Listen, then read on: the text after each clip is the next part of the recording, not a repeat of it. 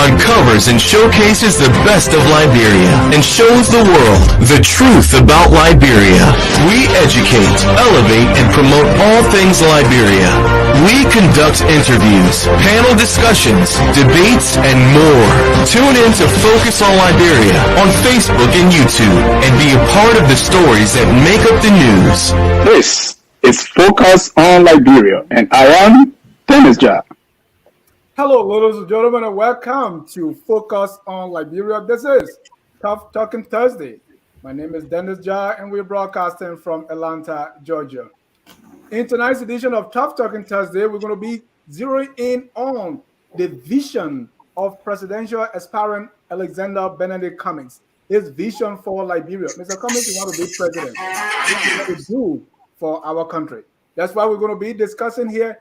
And to discuss this, I have the former Chief of Office Staff of Mr. Cummings and also a member of the ANC, Mr. Alexander Tukpah Jr. Alexander? Sorry, Isaac Tukpah. You're not Alexander. Definitely not. We all know him popularly as Ava. Ava, welcome to the show. Thank you. Thank you for having me. We also have Mr. Jonathan C. Tayo Dolakeh. He's also a member of the ANC. He will be, along with Mr. Tukpah, presenting the vision of Mr. Cummings. Jonathan, welcome to Tough Talking Thursday. I feel quite humble being here. Thank you, Dennis. I want to also welcome a member of the Congress of Democratic Change. He was very instrumental in the first and second attempt of President of George Weah to become president.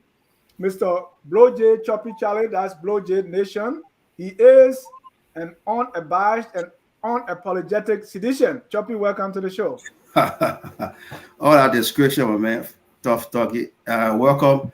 And it's good to see Chairman Isaac Tukpah on the program tonight. Good discussion. Thank you. Also, want to welcome Focus on Liberia political analyst Mr. Mohamed Sherif. He is a product of Waplo Institute all the way behind God's back in Kalipo, Kanweke. Welcome, Mr. Sherif. Dennis, thanks for having me here, and thank you. Last and definitely not the least on Tough Talking Thursday is our governance consultant, Mr. Ahmed Sirleaf. Mr. Sirleaf, welcome to the show. Thank you, Dennis. Let's do it. Looking forward to it. We want to welcome all our viewers from across the globe. This is Tough Talking Thursday. This is where no Tabata is encouraged. We are going to talk tough tonight. So at this time, we want to ask our viewers to share the show, invite a friend, and let's talk about the vision of Mr. Cummings. For this, we want to give chance to Mr. Tukpah and Mr. Dolakeh to 3 minutes each to present to us and the nation the vision of aspirant Alexander Benedict Cummings. Wonderful. Thank you.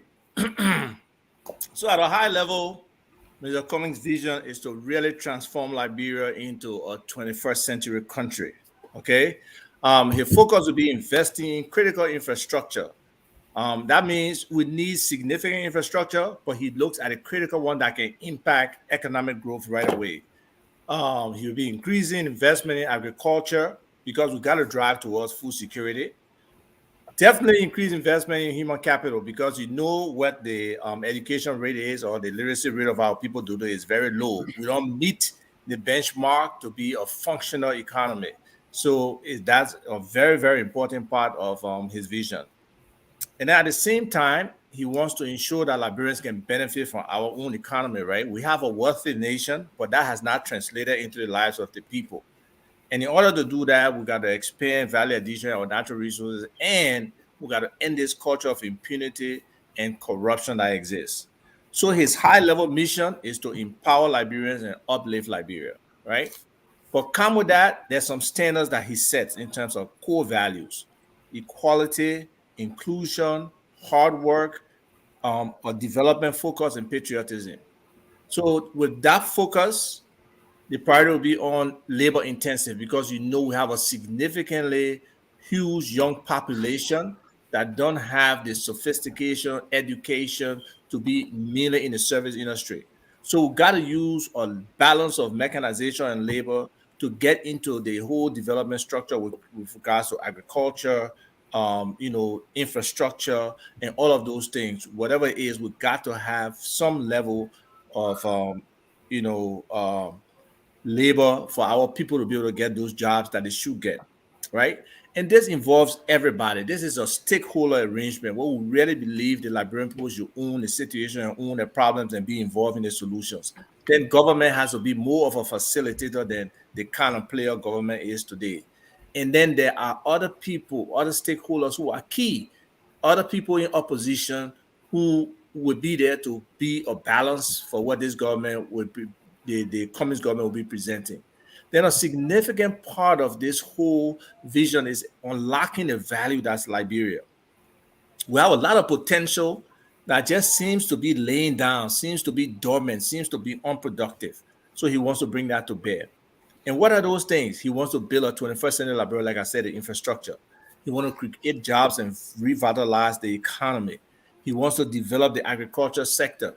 He wants to modernize healthcare. At the minimum, ensure that we have a very good primary and preventive healthcare system. Our children are immunized, and we have some specialty where people don't have to run out of the country. At least one or two top of the line hospitals that we can keep our people there, and we can provide our first level of real, significant quality care for them before they try to go out to seek care anywhere else. And then we talked about it before, building our human capacity, expanding education with a special focus on childhood education, because that's where you learn the most.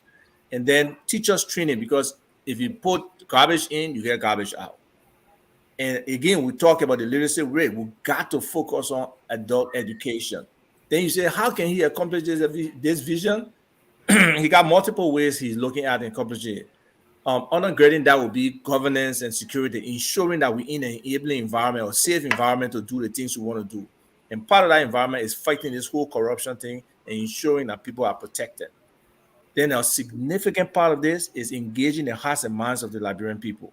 Okay, you want to include people, you want gender parity, you want youth inclusion, you want to have programs for your youth, you want to use arts, culture, our history to be able to build that level of commitment and patriotism to Liberia, that people will feel like they are a part of this thing, they own this thing. Then he has to find the money. It's not easy. And that's where, people talk about the $1 billion budget and other things like that. We have to build to that. We got to plug leakages and stuff. Then technology has to be at the base of everything, right? Utilizing technology for us to leapfrog. We don't have to do everything from the beginning. For example, some people first phone or button phone. Some of them were flip phone. But we want the mindset of the Liberian people to be the iPhone 14. Today, you get in the top of the line and you be able to move along with the rest of the world where globalization is not leaving us behind. So that's, in a nutshell, is the vision of Mr. Cummings, and I'm sure Jonathan can add more to it. Thank you. Thank you, Mr. Tukpah. And for those of you who may not know where the Cummings plan or vision is, please visit www.alexanderbcummings.com/vision, and you're going to look at that. So looking at that website, those are the things Mr. Cummings' vision, and Jonathan will expand on them, just like Isaac said. Combating corruption, that's the clean hand government. Creating jobs and revitalizing the economy, modernizing healthcare, building a 21st century Liberia, development of the agricultural sector, expanding education, then hearts and minds. Mr. Dolakeh, your turn. So thank you, Ava, for laying it out. But I'm interested in engaging the component that deals with the hearts and mind, winning the hearts and mind, or engaging the hearts and mind component of Mr. Cummings' vision plan. And it is very important to me because I've experienced it. And there he listed how he will prioritize inclusiveness of all Liberians, young Liberians, how he thinks about Liberian having national service. We have not seen that in our country. It's a major component of the reconciliation process of our 14 years of decadence that could be able to utilize. I've seen it in Nigeria, where young students are transferred from one region to another, And because of that transfer, they get adapted to different culture and understand different interaction of people, and they tend to appreciate different culture. It is very important. That will reduce some of the problems that we have in our country. And on the front of arts and craft, we are very poor there. In recent time, we have been a very good country. We got a lot of good people who have history of playing very good role in art and crafts. How are we leveraging ourselves? Except that Liberians will live for a year. When they get to Liberia, some of them pass around Mamban Point, and then they can manage to get some of the art and craft thing. How can we industrialize it that people who are in those few can now benefit, and we can, tend to sell our art and craft in different parts of the world? Our cultural heritage is very important. How can we sustain it? How can we add value to it? Those portion of it that have archaic or that are archaic to current reality, how can we reform it and adapt it for greater participation in the good of our people? Youth and sport today, we have developed one of our sons have come at the hegemon of football in the world, and he has won a lot of accolades. And our football is our sportsman entire sport activity is far below the belt. Looking at its budget, what can we do to place in more innovation, more resources that will be driven, that young people will be driven towards it? It is quite important. On the front of health, everyone of us can talk about the plan of health, but as a member of the ANC, we have taken health very cardinal as part of our guiding philosophy as far back as 2013.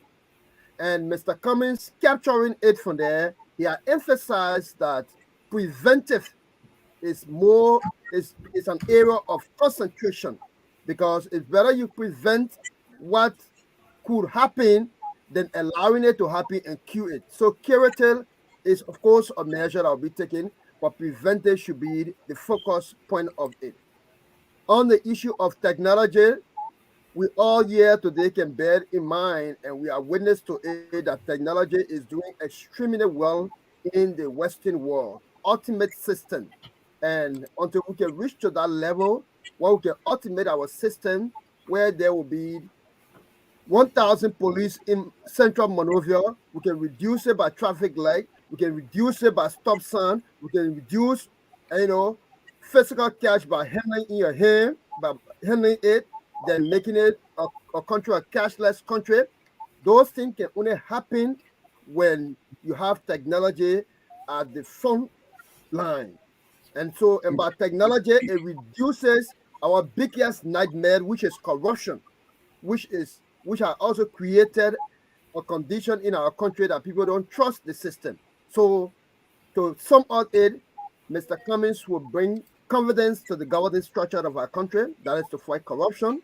That is to make sure the rule of law exists. That is to make sure the security priority are kept, and that our security people are valued based on what they are paid and based on the service that will be executed.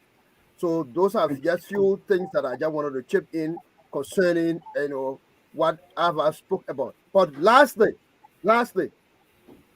on the front of agriculture, we all can talk about the agriculture and the agroeconomists, but basically, Mr. Cummings' primary focus will be firstly to sustain in the short term the right subsidy that is ongoing, and along the way to reducing that subsidy by reinvesting into those various priorities that I've listed. Say, for example, into education, training people into agriculture for the long term, into investing into agriculture, into scouting for companies that the agriculture sector be owned by investors, not by the government. The government can regulate it.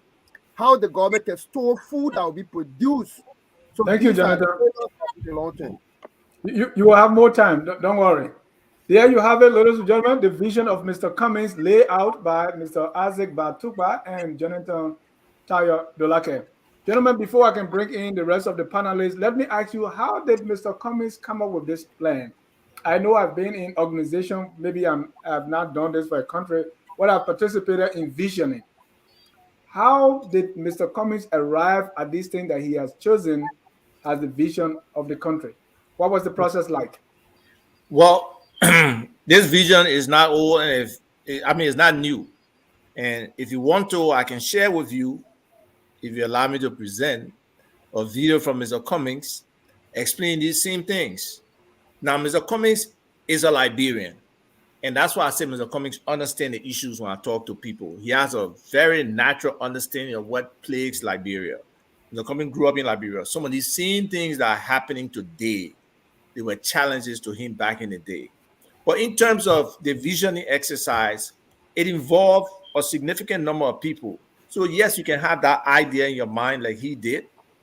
You want to be president, so you got to have a vision, you got to articulate it, and that got to be a North Star that guides you as you move towards, accomplishing your ambition. But he involved other people in the process to deliberate these top things that are really affecting Liberia. Let's take, for example, he said, what your vision for healthcare? Well, I want my people to be healthy. So what's bothering your people? What's stopping them from? Well, I think my people got 5 or 6 main diseases that affect them, that cause people to die. Whether it's cholera, whether it's typhoid, is malaria, high blood pressure, and some of the other stuff that are out there. So how do we stop our people from being afflicted by these diseases? Well, preventive care is very necessary to be able to get there. Then primary health care is important. You have to have that initial interface with patients. So you need to train your doctors. But you don't need as many doctors if you train enough, because like in America today, nurse practitioners, physician assistants, all those people are providing primary health care. So if you focus on building your workforce along that level, where you are training nurses up to be able to give the right prescription, to be able to diagnose the and you support them with some of the equipment they need. Many places we go, the diagnostic is very poor in Liberia, so that elevation of our healthcare system to that first intervention point where we can really help secure our people, who can avoid a lot of these diseases, is the kind of discussion that we're having in each of these different sectors, right? One of the biggest things we have in our country is mindset. We got a lot of negative mindset issues that we have to deal with. So we got to engage the hearts and minds of our people. We got to win them over. And to do some of those things, you have to be inclusive. You have to. So the brainstorming around these different things involved Mr. Cummings, his own ideas, and other Liberians who wanted to be in the process. And then Mr. Cummings has been around the country consistently. He hears consistently these messages from the people, because Mr. Cummings is the kind of person who will listen first. He's not coming just offer you solutions that now he will tell you how things supposed to be. This was a ground effort in engaging the people and trying to find out what are the major issues affecting you and how can we resolve them. So that's the focus. Thank you. Let me go to Janitor. I like numbers, right?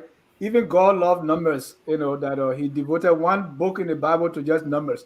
Are there some numbers that you tell me? Let's say take healthcare, for instance. Say, well, the mortality, the infant mortality rate is this. Take education, for instance. Our dropout rate is this. The number of people that, all these kind of numbers, okay? Agriculture, this is how much we consume. This is how much we spend on rice. Give me some numbers that is informing Mr. Cummings' vision, if you have them, or any kind of thing. But Dennis, you put in the cart before the horse. Okay. The numbers are derived based on analysis, and those things change, right? There's some broad, one second. There's some broad numbers out there. Our literacy rate, what is it? About 25, 30%. But because, and that's another thing that Mr. Cummings brings when he talks about technology, is about inputting to the system or structure that we can collect data and actually be able to do the quantitative analysis that you're talking about, or or really give example of our people. That's why he was stressing on the importance of this census. The census collects socioeconomic data, and the fact that people were not properly trained, the leadership at Listis was corrupt or is corrupt and not actually doing what it was supposed to do. The possibility of getting real data that will last you for 10 years, that's the idea. That socioeconomic information you're getting is not only counting the people, but it's understanding everything about the household, how they're living, their situation, and they guide you in your development process. Thank you. People can get that. Thank you. What I was aiming at is something as basic as there's number of roads in the country, only 2 got pavement. And so because of this, I'm going to prioritize roads, something like that. But if you say it's not there yet, I take it. Let me go around the room to my panelists to just get their take on the plans that have been presented or the vision of Mr. Cummings have been presented. Let me start with Mr. Sherif.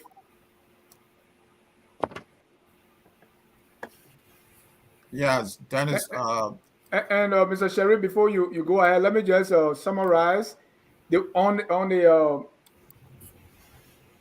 On the website, we have combating corruption, clean hands governance, creating jobs, modernizing healthcare, 21st century Liberia, agriculture sector development, expanding education, and hearts and minds. Mr. Sherif. Yeah, so once again, Dennis, thank you. And I want to thank our viewers for tagging along on Tough Talking Thursday. I hear my co-panelists have also seen this, these lofty goals. The problem for me is that there are no clear-cut objectives to meeting these goals. And some of the goals have been compromised lately. For example, when you talk about clean hands, Mr. Cummings recently talked about including everybody. He said there are bad and good people in Liberia, so everybody has to be included in the campaign. So there is a problem with that from start. I love it. I love, these goals. However, how do you get there for me is a real issue. You mentioned, numbers. There are no numbers attached to these goals. So it seemed to me that Mr. Cummings probably sat in the room and came up with something that he sees as good for Liberia. This sort of thing as a political leader has to be inclusive. It has to include your core of advisors. It has to include the Liberian people. It has to include everybody. So it cannot just be the work of the political leader, because if that happens, then it's something that I don't think rational people like myself are going to look at to say that that he's very serious about. Maybe it is something that's been done to win a political office. But if you are very serious about meeting these goals, you have to be inclusive. You have to include the Liberian people. You have to include your core of advisors. It is, some of them are too broad. You take agriculture, for example. When you look at agriculture, you have to get into the meat of the day. There's no meat on the bone.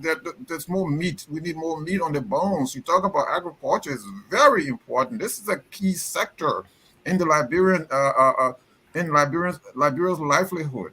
Right now, the people are hungry, and you have a president, an incompetent president, who's not able to feed the country. In fact, the president has been missing for since early November. So right now, the country has no leader, no president. And Dennis, if you allow me just a second to segue into something, and I'm going to make my way. So I'm taking an exit a little bit, and I'm going to make my way back to the freeway, if you will. The opposition is planning this protest. I love this. This is overdue. This is something that should have been done like last year, the year before. But that is happening. The fact that it is happening, it is a good thing. You know what? They should go to this protest. they should go to this rally, as they call it, and petition, right? And I heard Louis Brown very eloquently said that we're not going to petition the international community. We're going to solve our own problem. We're going to try to do this. So yes, go ahead and petition the legislature to invoke. So make your way back, Mr. Sherif. Yeah, I'm coming back on the freeway. I'm coming back. Yeah, make your way back. To try to dismiss this president, right? To ensure continuity of presidential leadership, to appoint the vice president. This is constitutional. Right now, we don't have a president. The president can sit there and watch the World Cup. So that, you know, we need a continuity, we need leadership. So they need to now petition the legislature to remove the president and appoint the vice president in his stead. Mr. Sherif, come back. We'll get to that. Okay, so Dennis, so I'm back to on Mr. Cummings' vision. These are really, really broad visions. But there is a need really to put more meat on the bones, and I don't see that yet. Mr. Charlie. Well, you know, I'm still open to listening because I do agree these are just broad aspirations that we've heard from anybody seeking political office in the country. And I think it's about time that we narrow these broad aspirations down to some specifics. And I'm more interested in some timeline here and some cost function, particularly as it relates to agriculture. So what are we talking about in terms of this transformation that I heard Chairman Tukpah, I'm still calling Chairman anyway, talks about when he talked about using labor and mechanized to invest in agriculture. So I'm interested in hearing a timeline and cost. How much will it cost to do such a program? How long is it going to take? Where will the money come from? These are kind of specific I'm interested in. But there's another thing that I'm listening to from this presentation tonight. I'm hearing more about private sector development, private sector investment, which is a good thing, but it raises a deeper question that whether one has to be a president to influence private sector investment if one already has the ability to do that. Why should you wait to be a president to do such a thing? Or is it the fact that we want to exploit government to achieve our private profits? That is, we use the mechanism of government to create opportunity for our private investment and then take that profit as private investor as opposed to government owning the profit for national development. So these are kind of confusion that I'm having here, and I'd like some clarification on those points. Thank you. Before you get this clarification, let me go to Mr. Ahmed Sirleaf on his take on the vision that has been presented. Thank you, Dennis. Thank you, and thank you to the Cummings team for presenting. You know, what I see here, and what I'm going to talk about, for me, it's from the governance standpoint. It's from a leadership standpoint. So this is a question of leadership, a challenge of leadership. It's all right for you to list and enumerate these vexing problems like big, broad teams and say, these are what we're going to do. This is our vision, right? For example, you know, you say you want a 21st century Liberia. That's what we all want. That's the kind of Liberia we want.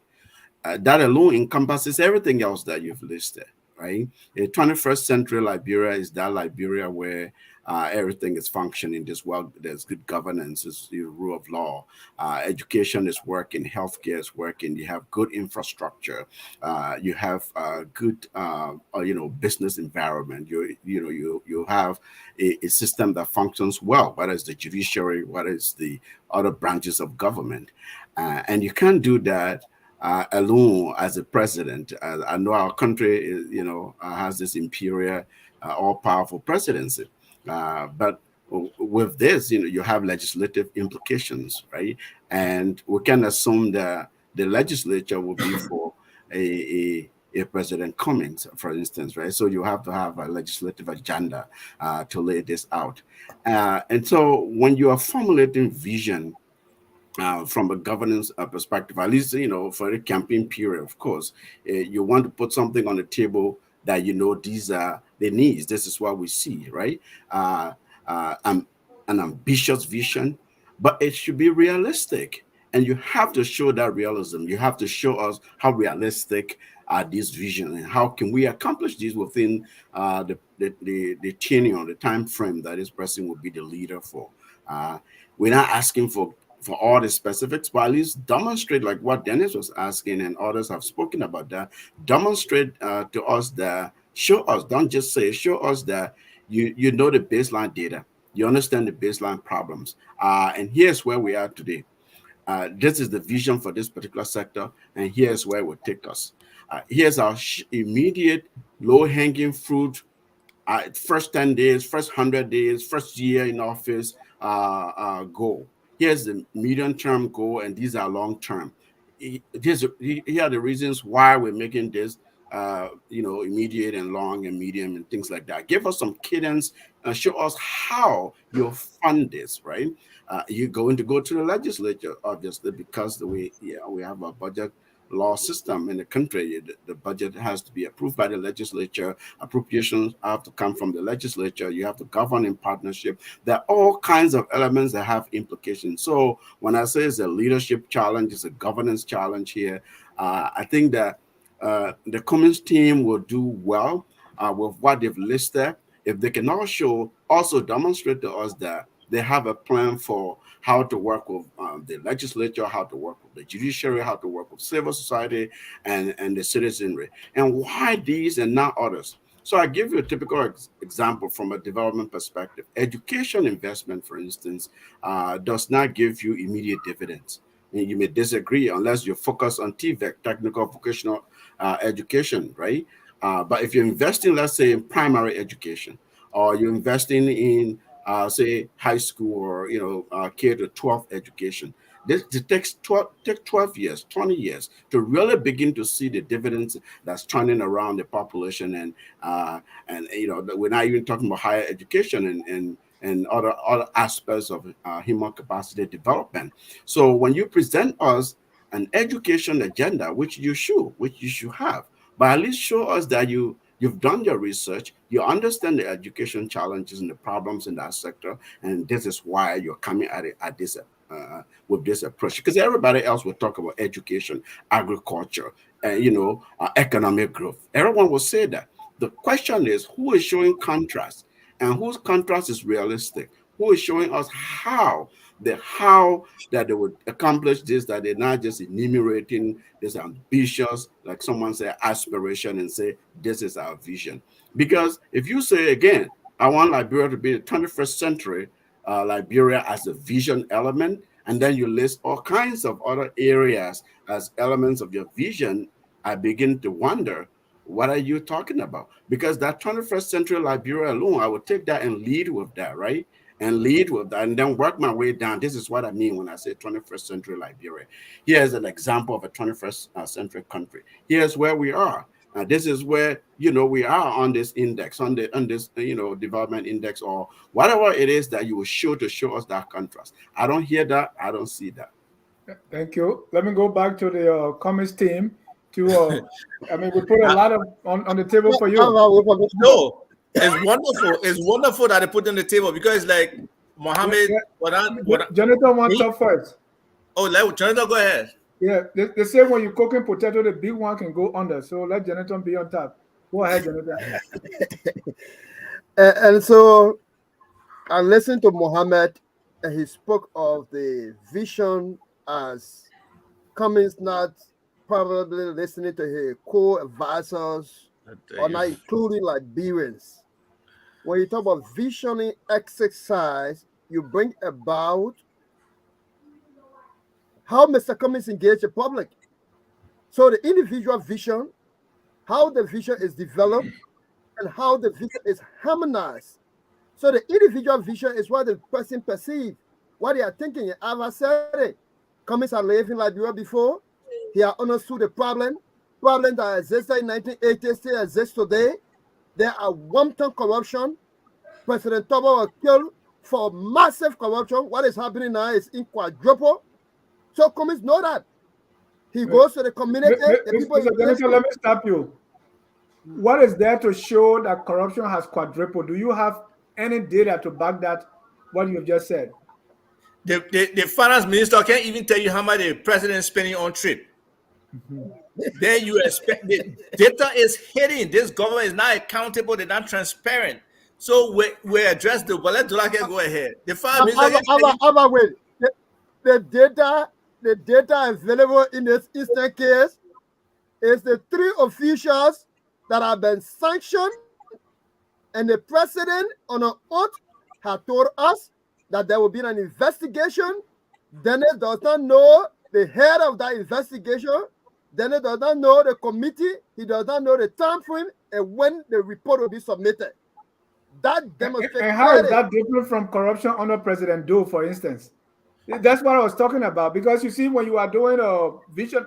No, but we're not responsible. We are not responsible for the corruption yet. We'll tell you everything about ours.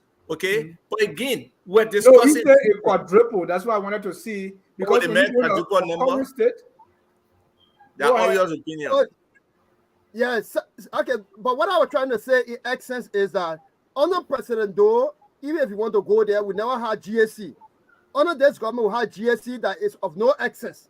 So if even was to have GSC and LSCC that would not do that work, and even if they did, the president in this modern life will not want to adhere to it. But more than that, I was just trying to mention on the vision component, which it is true that Mr. Cummings have been engaged in. The vision did not come from one cubicle. It comes from both what Mr. Cummings' vision looks like, what his engagement have been with the people, and those with different expertise that advise on those different line of issues. To my brother Bloje, to have asked us about private sector or to ask about timeline and cost function, I think the best person that could answer, that could present such questions without disrespect to you, would be any of the panelists. President Weah offer us zero about anything concerning timeline, vision, goal, a laundry list of anything. And so we cannot go there. But on the basis that you asked, why is it one cannot invest into private sector except being president? It brings out to what we talk about governance. You have to restore confidence. It is not just about Mr. Cummings' own private earning that will make all Liberians to be reach the 21st century. It is about giving confidence. It is about the reason for which McGill and others were sanctioned for taking kickback, for driving investors away. It's to provide that confidence. It is about a logistician who are gotten messy in Great Gila County, and today the government can say nothing about it. It is about the 3 boys who got messy with the Simosa situation, providing confidence. When you provide that confidence, then people who got our investment can come in a multiplicity and invest in our country. Then our country can reach to that 21st century. So this is how I would like to answer you, and I can go on. Mr. Tukpah. Yes. So it seems like some people were not listening in knee-jerk stations when we talk about the development of the vision, the inclusion of people, the sharing of thoughts, and all of that. You know, Mohamed, you acted, I think you were probably drinking coffee or doing something different at the time, because we spoke exactly about what you were asking about. So I don't know if that is an issue. Now, our vision is high level, okay? We currently have policy teams working in each of these different sectors. And we can come back some other time and go down in the development of the plan. That's fine. But what Ahmed was saying in terms of governance and in terms of specifics, we listed some specifics and we can go along each one, even like in the agriculture sector. Is why it's big, exactly like he said. But we are focusing on a specific aspect of agriculture. We're talking about getting to food security in a year's time to ensure that our staple food, we are secure with it. The kind of storage we do, the kind of demand for reserves that we have. All of those things are factors that we have already laid out. And if you want us to discuss those things, we can get into those discussions. But you asked us about Mr. Cummings' vision. What is his broad vision? Our vision is not into the specifics of the plan. Our vision is not laying out your quantum aspects of each of your development pillars. No, that's not a vision. When you have your development plan and you put it together and you lay out each of those different items that you want to include, like for example, we can lay out some of the things in that he can include in a 100-day plan here right now, right? We can lay out, like I just said, in a year he expect to have that balance of food security where we are not worried about our staple food. But in terms of building our agriculture sector, creating climate smart agriculture, decentralizing agriculture in a way where those areas that have comparative advantage in growing certain foods are there. Those analyses are being done now. We're not come and pretend like, oh, we got all the answers to everything. We are still recruiting some experts. There are a significant amount of Liberian expertise, and that's what Mr. Cummings preaches. He wants us to own our problem, Liberians to be involved. So it's not only people who are ANC members or people who are CPP members that are involved in this policy development. There are so many Liberians who right now, their patriotism, their consciousness is being awakened based on the downward trajectory that the country is on today, who want to be involved in these things. And we have to give them that opportunity to be a part, that their contribution can be significant because they bring real expertise to the table to support this effort of trying to progressively elaborate what Mr. Cummings' vision is, what he's trying to put on the table. So, for example, we have done an assessment. I can share with you what our infrastructure team did in terms of doing an assessment. If you want to watch the video, it's an 8-minute video. We can play the video for you to watch it now to see what the infrastructure team looked at in terms of roads, in terms of electricity, in terms of water, and in terms of just the whole environment, how corrupt the whole procurement system is, especially the talking about building roads here and building roads over there, when those things are not, for example, somebody talk about Bali Island, right? They talk about building a road to Bali Island. What's it on Bali Island that you can build a road to? And before it was 4 million supposedly, now it's about 11 million. You look at the Robert Fee Highway, what was it before? It was like 60 million or 70 million, now 116 million. So the whole process of procurement and those, and when you ask where the money will come from, those are places where money will come from. Because instead of getting loans to build those roads, we'll be able to use the money for development purposes rather than inflate, any kind of procurement process as it's done today consistently. Why do you think they're fighting over who should do the biometrics today? Simply because that is an inflated thing and there's some kind of deal on the table for our next chairman to insist and submit ECAM the second time when it made no sense to do so. And now for them to select Laxton with no clarity as to what Laxton is and present all the specifics about that whole procurement process, it's just like everything is shrouded in secrecy with this government. Nothing is out there. No clear, you asking for data for certain things, no clear data. If you ask them today to provide you all the different streams of revenue, break it down for you and stuff, they will say, okay, Freedom of Information Act, you submitted, zero, no response. So yes, thank you, Isaac. That we have to do these things, but we cannot just do it in a vacuum and just jump out and put certain numbers out. To net, we can provide you certain things in terms of maybe 100-day plan, what we expect to do, what kind of targets we want, some percentages or something. But to get into the real full details of development, you can't do it in absentia of the data. It's not even possible. Thank you, Dennis. If you will, I want to. You're muted. I want to put something out there, and then you all can come in. I just want to take Dennis. I just wanted to respond to what Ava said. All right, go ahead. Yeah. So he, invoked my name and suggested that I was. Man, don't take anything personal, man. I drink coffee. I don't drink a lot of coffee. I drink tea. So thank you. Mohamed, I get teasing, brother. That's cool. It's cool. No. That's cool. It's cool. But what I was basically responding to, and here we are responding to two members, neither one of whom is an executive as far as I know, of the ANC. So we also have to be fair to the process. They're not going to be able to give us, the deep inside of the ANC. I don't believe that they are speaking for the ANC. I don't believe that, unless they come up and they can come up and contravene what I'm saying.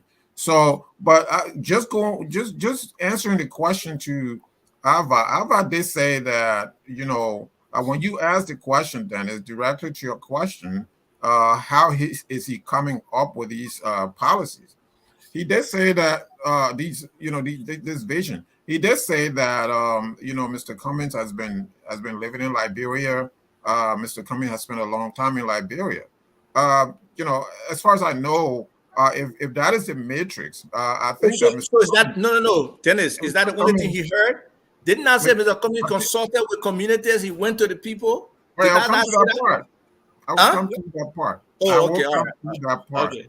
As far as I know, Mr. Cummings has spent most of his adult life in the United States, and when he went back, he went back as a wealthy man, and it's different when you're riding around in a big SUV, where you're riding around an air conditioned vehicle, and the rest of the people are in huts and different, living in different conditions. It's a little different. I'm not saying he's totally removed, but it's a little different. That's why They may have 0.4 picking. You are living in Pinsville. They may have living in 0.4. They were there. Thank you. Let's move on. I want to bring something out because I'm reading the vision on the website, and I just want us to use the agriculture or the vision agriculture just an example, and I want to see what's your take on that. So on agriculture, it says ANC's vision for the next 6 years includes achieving food security.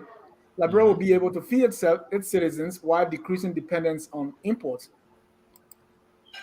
Increase food production to become more self-sufficient. Those are the main priority areas. Increase food production to become more self-sufficient. Double domestic rice production in 2 years. What wrong with cassava? I'm kidding. Create an export-oriented agricultural sector with a focus on regional trade by improving access to domestic and international markets. Strengthen rural infrastructure capabilities to create an enabling environment for sustainable farming. Build capacity of current small-scale farmers by providing sector training, technology inputs, and access to financing. Right.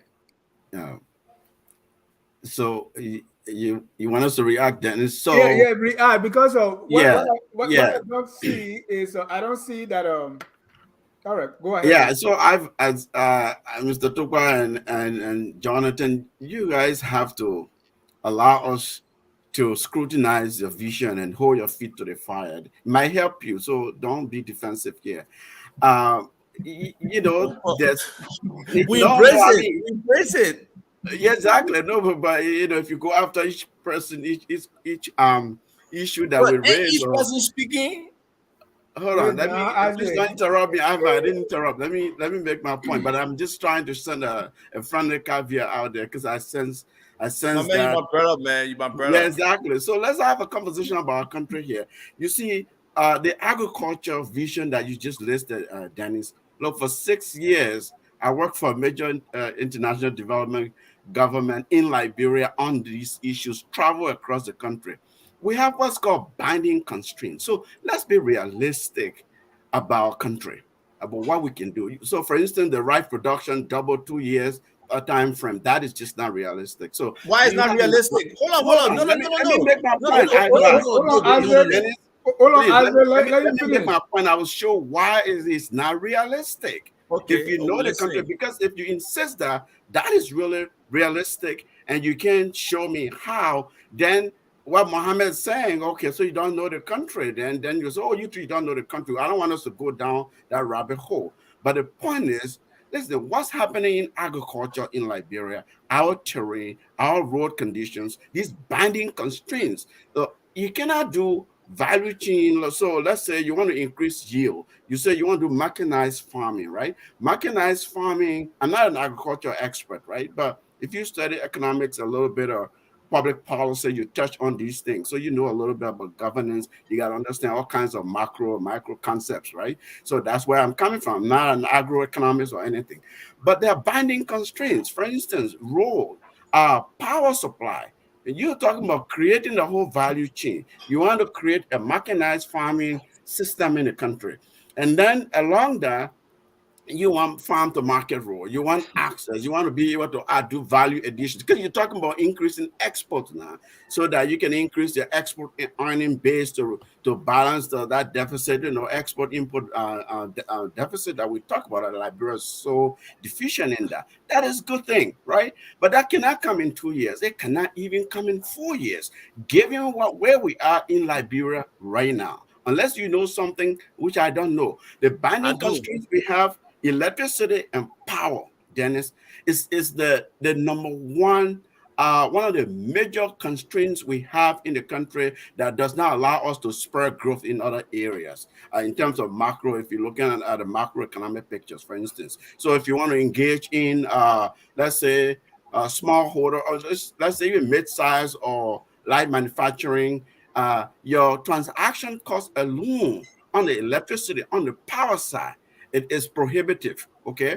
And then you're talking about our terrain. So you want to go to Sino County, you want to go to Bapulu, you want to go to Cape Mount, or maybe Cape Mount is more accessible. Let's say on the southeast, where rainy season, the road is impossible, right? And that's where you're going to set up this mechanized system to train our people, or to at least bring this kind of industry and equipment and implement ways of doing farming. The agriculture people were on this show the other day. They were educating us that these things are possible, but these are long-term investment. You're talking 10 years. You're talking maybe 15 years. Maybe you can accomplish something to begin to change the mindset of the people, to begin to introduce gradually how we can change from subsistence to some kind of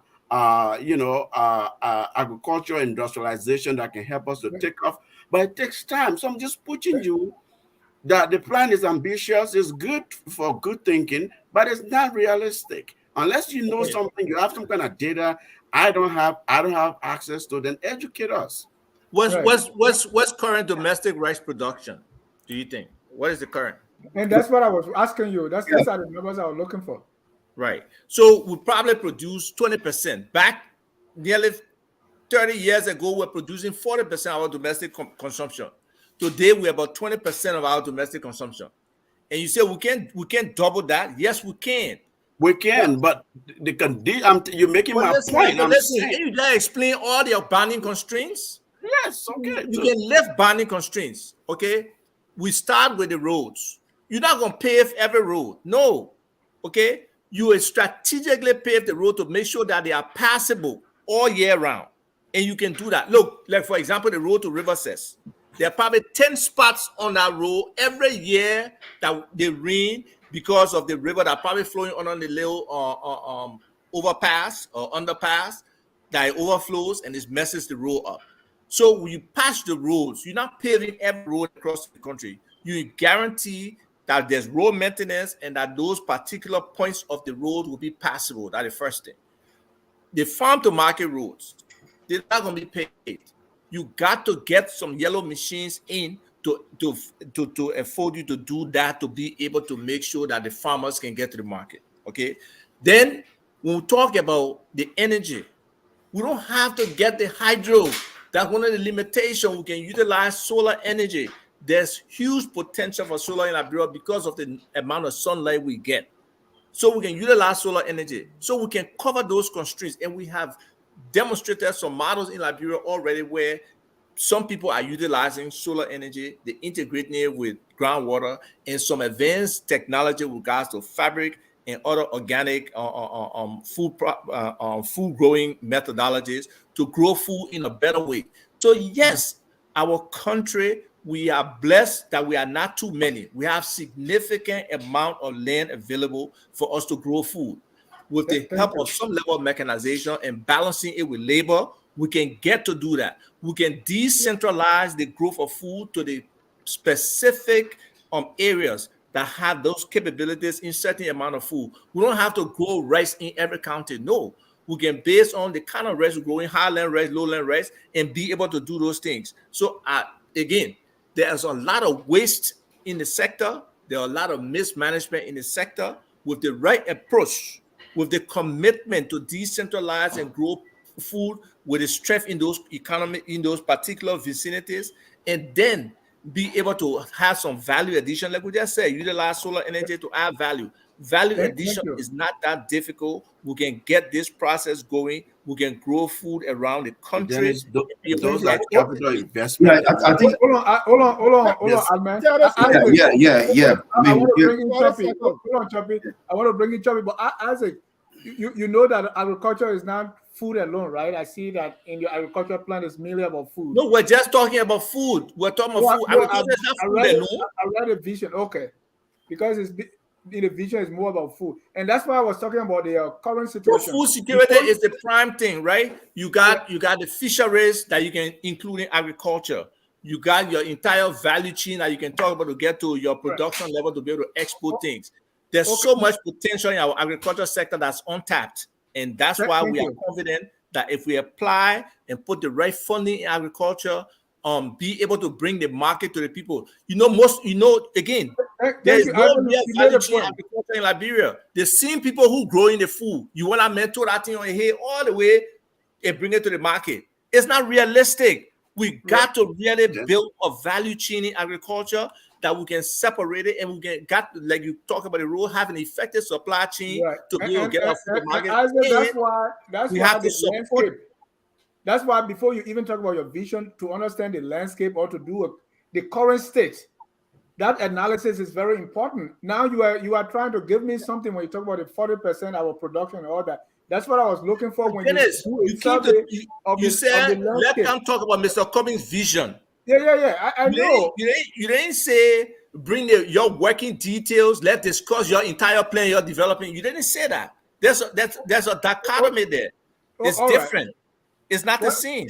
No, I asked you a question, but let me go to Chorpie. I want Chorpie to come in. This man is Dennis. I don't want to take 30 seconds. Chorpie, most of the questions that come in here, they are saying, Chorpie, did we do this? Why are you talking? So I'm reading the comment of what they are saying, but don't listen to them. Go ahead. I'm going to ignore the conversation because most of the things, I don't want to kind of blur these issues, but I think we have records from the CDC that discusses most of these questions, most of these things.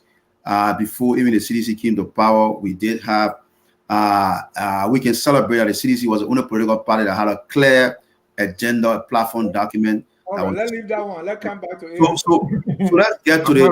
Let table that one, man, please. Yeah, this is fact. I mean, again, it's not disputable. Right, you can take it to the bank. So let's get to the discussion here, and I'm going back to the question I asked earlier about the private sector investment and the cost function, because and Dolakeh attempted to answer that. I'm implying that Cummings should use his personal wealth or money to invest in Liberia, develop Liberia. No, that's not the question. The presentation informed us that Mr. Cummings has the ability, when he becomes president, to bring in investors in the country, in the private sector, to develop the country and do most of these things he's talking about doing. My question I'm putting to them is, does Cummings or does one have to become a president before he uses that leverage? No, the answer is no. It's a simple no. It's a no. Fine. Well, let me answer the question a little bit more detail. Let me answer. Oh, okay. I thought that question will be okay. Put it on. So that's a question. So if you don't have to be a president to do these things, what is preventing Mr. Cummings from doing that now? And only when he becomes president to do that, is it that he wants to use the wheels of government? Because in fact, the private investors are profit maker. I don't care how much we say they are for profit people. They want to make profit out of people, even though they'll be doing good. So I'm saying, and the question there is, if he can't do it now as a private citizen and he has that connection, he wants to be president, he wants to use the wheels of government for private profit. That's a question. So and then I come back to the agricultural aspect. I'm hearing 2 years doubling rice or 1 year for food security. At least we're getting somewhere. But then we need cost. I'm not saying we're going to be specific because obviously we know the country is challenged. For a long period of time, in terms of all the data issues. At least we need some projection to tell that, look, this 1 year program we have for food security, this is where we're going to get the money from, this is how much it's going to cost us, and stuff like that. At least we need to distinguish these things. We're talking about moving the country forward. We need to have some substance here. Thank you. Y'all want us to rush with the development of our plan. But let me touch on the whole. Mohamed. Go ahead.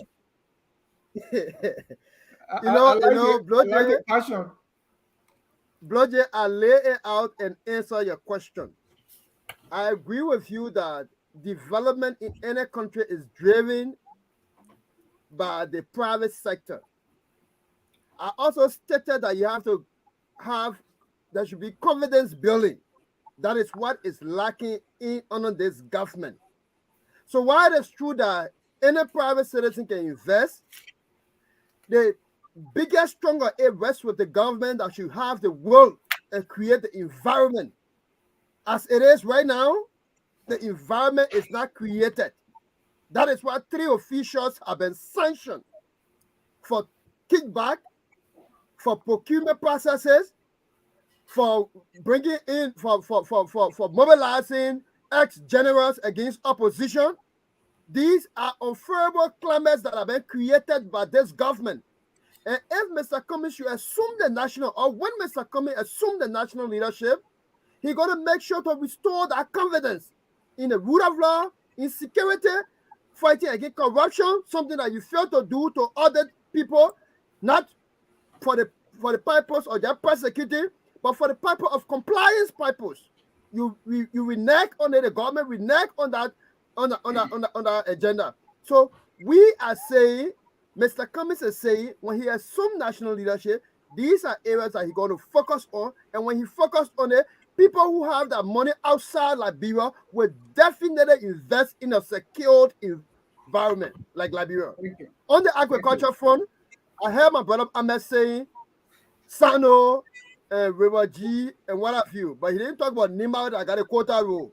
It was deliberate. No, because it's easy for y'all just say, oh, okay, jump to Nimba. I'm trying to I'm pushing you to be realistic and think about the constraints we have. I agree with you.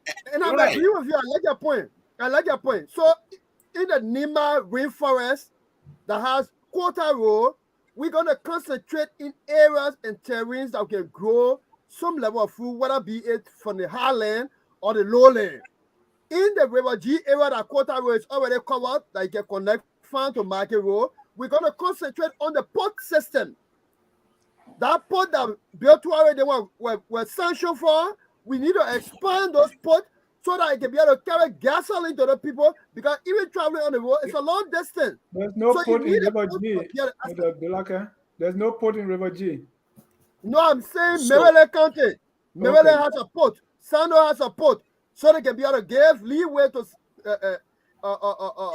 River G and Grand G. Before I bring in Mohamed, because Mohamed raised a very important question I want you to address before I go to Mohamed. Mohamed says some of the things Mr. Cummings have done undercuts what is saying in his vision. For example, clean hands, right? So it says some of the things Mr. Cummings has done undercut those things that he said in the vision. I want you to address that. No, let me address that. Example. No. Let me address that. Because he said Mr. Sherif, give you an example. No. I understood what Sherif said. Okay. Oh, yeah. You want to elaborate, Sherif? Because you're smiling. You want to elaborate more? I'll wait. Give me the paper to die. You want to talk? Go ahead. Go ahead. You know what it is. So, Mr. Cummings is a man of integrity. At least he didn't try to smear Mr. Cummings. So I respect that. Now, his assumption is that because Mr. Cummings has other people supposedly that got labels. Now, Mr. Cummings has standards. Because you've done something somewhere, doesn't mean that when you come and associate with Mr. Cummings or work with Mr. Cummings or work with Mr. Cummings' government, that you just have the leeway to do those same things. No.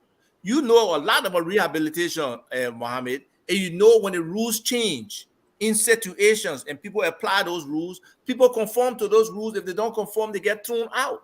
that what Mr. Cummings is clearly saying, Mr. Cummings has clearly stated his position. He supports a war crimes code. Mr. Cummings is totally going to plug the leakages in terms of the different areas of corruption. He's not going to tolerate it. So to say that this somehow else were corrupt before, yeah, you can come in this environment, but this environment has rules. These rules are set. That doesn't mean you will come and repeat your corrupt behavior or be allowed to do that. So let's get that part clear. It does not compromise Mr. Cummings' integrity or his position on having a government that will fight corruption. He has already said that you have a corruption czar who will coordinate all the integrity institutions and ensure whether it's the internal audit, whether it's the LSCC or whoever, they are doing the audits on schedule. And they are, when they finish with the audits, it goes through the process, whether the people who are being accused of something, it will go to some grand jury or to the people at the Ministry of Justice for them to process that. If they need to indict those individuals, nobody's stupid, yo. But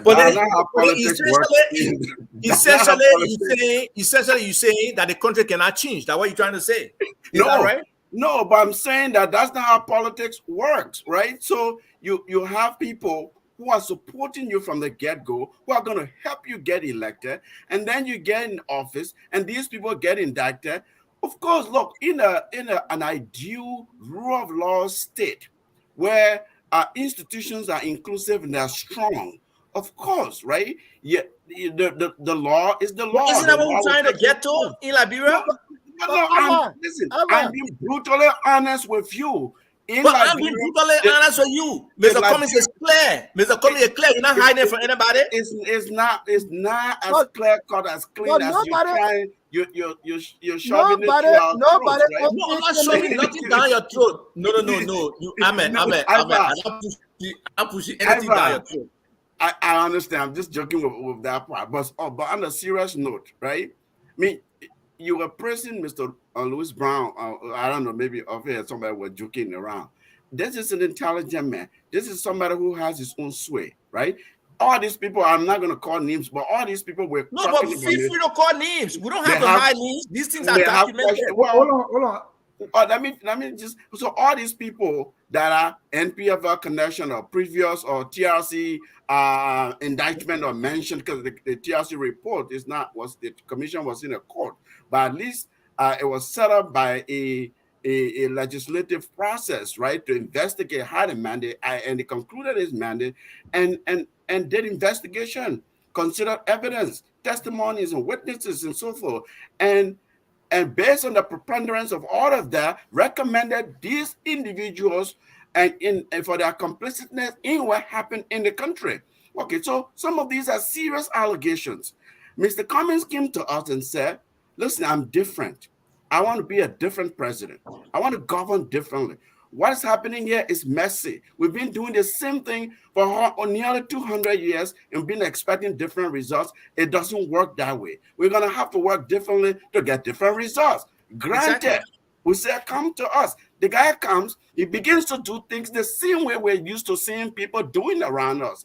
And then we have to question that advice and legitimate. Let me ask you a simple question. If you take over a company, right? And you change the leadership of that company you're going, do you change everybody in the company? No, well, listen, it depends on the circumstances. Depends on what? You will not flip a whole company over. So let me know your it's very possible. I'll tell you what, if you read the two are not the same, right? Mr. Cummings is hiring new people. He didn't take over the country. He's hiring the new whole people. country is hiring people. Either you can hire people to be on your political organization that's gonna help you strategize, understand the context, influence the voters to win. That is different than governing. That's not a cabinet.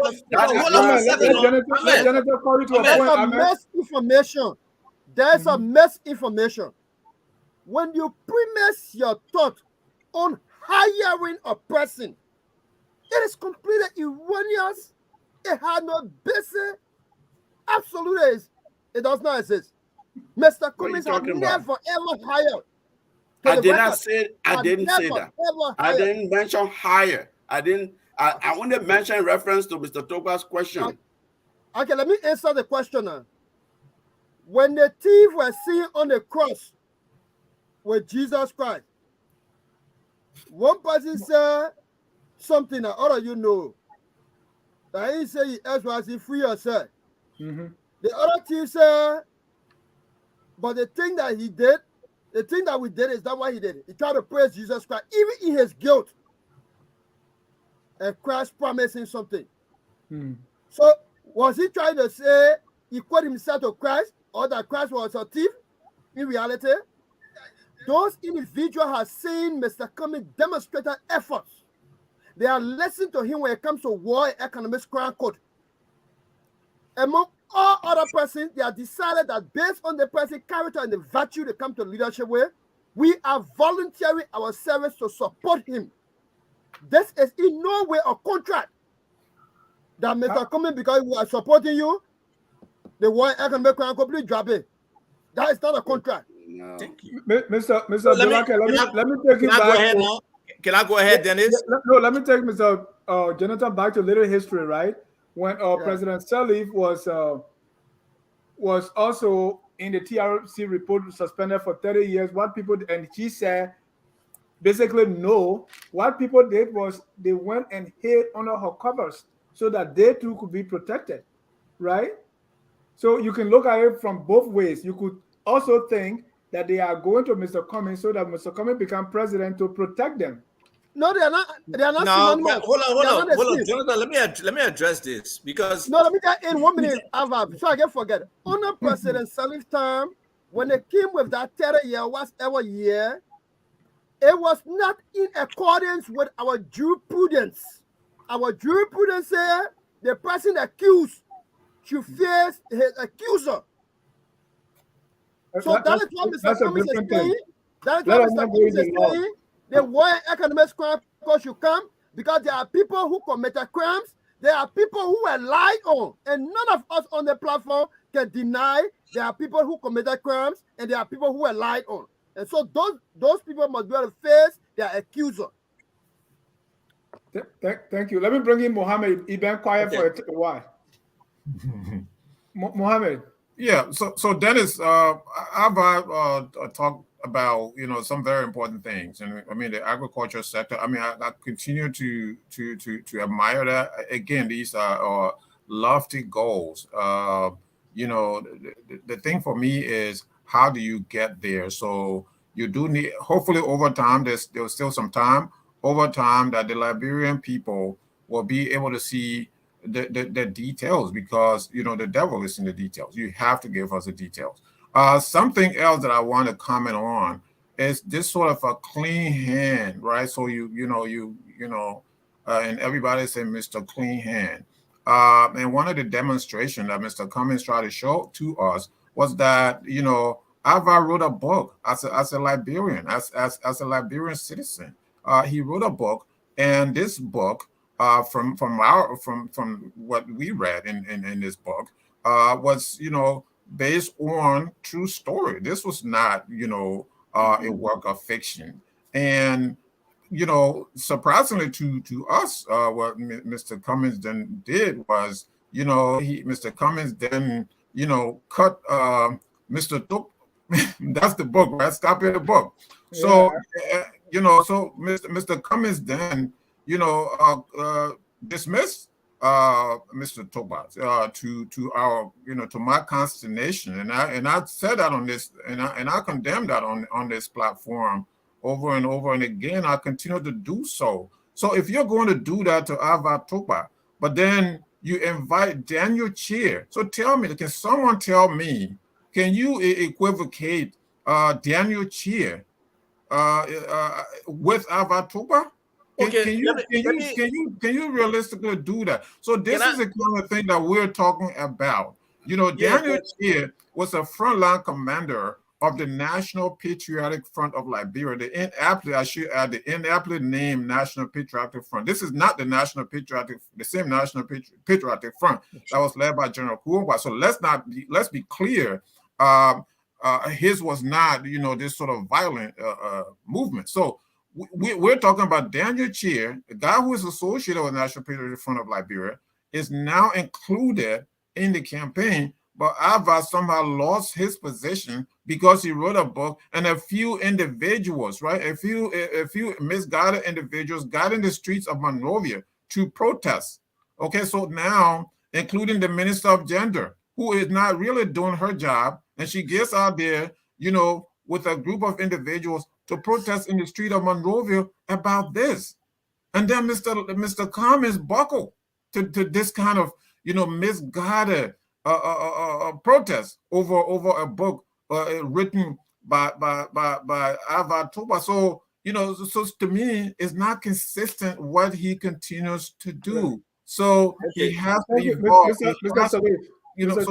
All right. So two things I got to address, Dennis. Let me address the two things, okay? No, let me add one more before you go, because someone from the ANC's from Mr. Cummings' group called him out. He said, well, you recognize when Team We Are scored a goal, you made a post.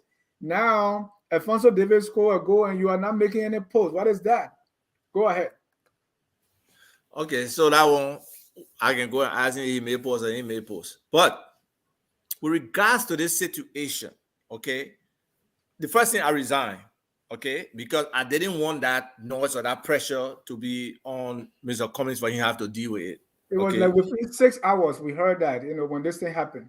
But you got to understand, it was the whole idea was not about at the time you heard it, okay?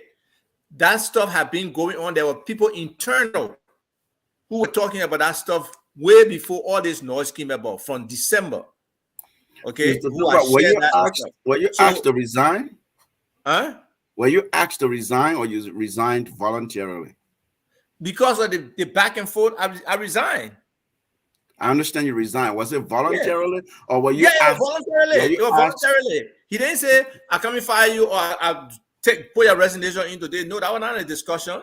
But to avoid the noise, the protests and stuff at the time with the case and everything he was going through, I didn't want that stuff. But it's totally different from the situation of Mr. Cummings. Mr. Cummings is clear. He supports a war economic crime code. Chorpie is here in the CDC. We supported war economic crimes code. What happened? They came to power. Everything went away.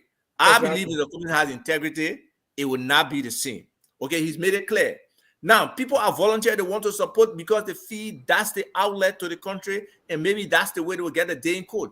Daniel Chair was never formally put on a list to say you among the economic crime group or you want a war crime group. It's up for further investigation. So read your TRC. He's a murderer. He's a murderer. You say he's a murderer. He has not been proven to be a murderer in a court of law. He is a murderer. Even Prince Johnson has not been proven in the court of law. So let's leave that court of law. Okay, so we should just go and grab all the people who we suspect or think they killed. No, we saw them. We saw them killing somebody, and we just go kill them. That's what we do. No, if we can do that, then let's follow the law. We got to welcome a president who wants to enforce and satisfy and bring to closure for many of these people, all these people who committed atrocities. George Weah said the same thing, right? George Weah said the same thing. George Weah said we have found out that George Weah. I'm not interrupt you, Mohamed. But Mohamed, because I want us to get to one point before you so passionate about it, you want me to speak. Mohamed, George Weah level of integrity, as we look at today compared with the Cummings, there's no comparison. So let's not talk about George Weah said it. George Weah said it. Everything George Weah said has been a lie so far. Okay, even the letter he wrote to the legislature about his recent visit that he stayed on, he lied. He said they extended the Paris Peace Forum from the 15th to the 18th. You don't ever see international conference that's the last 2 days. 3 days later, they extended for another 3 days. I mean, how dumb can the people who helped him write that be that they would do that? That's complete nonsense. Okay, he lied. And our legislator got to pick up their spine. But that's a whole different topic. To address the issue, Mr. Cummings has integrity. Mr. Cummings is clear where he's staying on the War Economic Crimes Court. And the people who will support him, whether it's Louis Brown, who is there for economic crimes, whether it's Mr. Daniel Chair, who is there for further investigation, They all gentlemen, understand right? what Mr. Cummings' position is. So, contrary to what Ahmed is saying, Mr. Cummings is not indebted to say because somebody, look, the road to getting elected is different from governing. Election and governing are two different things. So let's separate them. Now, Thank you. in terms of the private sector, The former Pennsylvania senator say it's a heritage sketch, right? You can just wipe everything clean when you finish, so you can say stuff and just flip. some people do that, and some people do the opposite, and some people, kind of blend it too. Exactly, because the reason we saw that we are flip flop because we saw him surrounded by people who were in the same boat with Louis Brown, Dan Marias, and the rest of the folks. That's why people are having these concerns. But let's go to what happened today. No. Before we go to what happened today, let's talk about the private sector thing. Okay, Mr. Cummings believes that you answered the question from Chorpie, right? Chorpie, yes. Yeah. Yes, I don't want to Chorpie because Chorpie just come here because he sees it, man. Sees it right now. When you got plenty embarrassment and trouble in your hair, you can't cry, you can't talk plenty. He not talking plenty. So I beg you, man. I beg you. All right. So today, talking about the vision of Mr. Cummings. Let me answer the question now. Talk about private sector, right? Let me answer the question. Mr. Cummings has demonstrated his expertise in the private sector. Unlike what Chorpie is trying to imply that Mr. Cummings is coming to use government money. No, Mr. Cummings has integrity, and Mr. Cummings has people to answer to beyond just Liberians. He has his reputation that he holds highly. He has peers who are high-level professionals who are achieved, that he will not try to go and say he's using government money for this and that. But his focus on private sector is creating that enabling environment that journalism talked about earlier. If we cannot create an enabling environment where people don't have to bribe government officials to do their business, do you know how difficult it is to do business in Liberia today? It's extremely difficult. It's extremely difficult. People in government, they call someone 10% or they call someone 15%, or depending on the level you go, that will have any involvement in your business. That cannot be a culture that expats want to invest in. It has to be somewhere where it's accountable. Then they come to the legal system, just simple land. We don't have clear land ownership in our country. Those are things that Mr. Cummings is concerned with. Identification, those fundamental building blocks, and it helps unlock the potential of Liberia.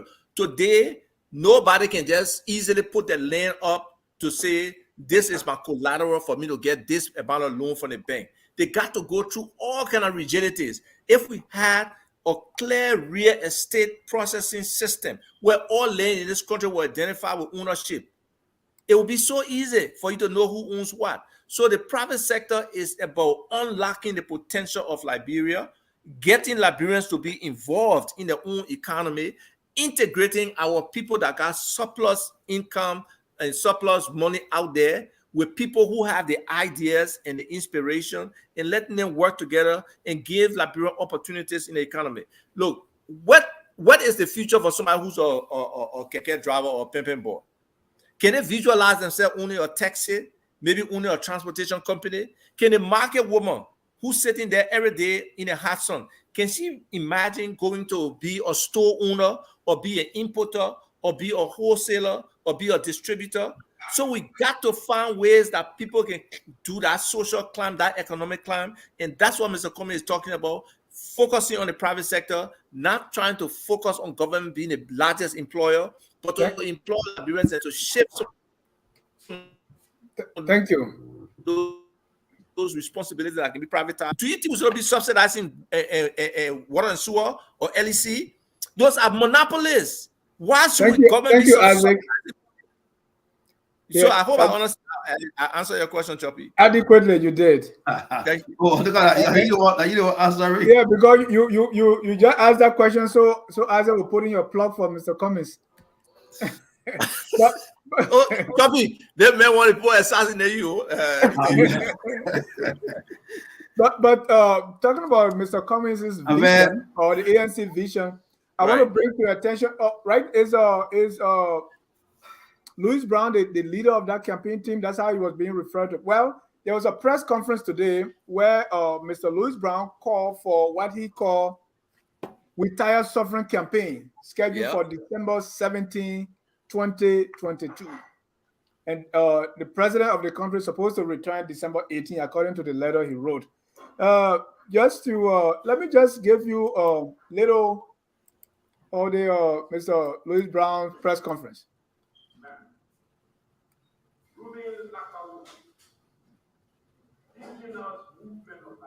You can turn the volume up. National Transport Union of Liberia, group representing veterans and ex-combatants. Ruben Lakawu. Sorry. Offering is to stop the wicked slicing of civil servant salaries while the president wastes taxpayer money on Jolly, going everywhere, even where he's not even invited. He wants to go to other hotels in other countries around the world, live there, enjoy himself. And the hotels in Liberia look like places for peace to me.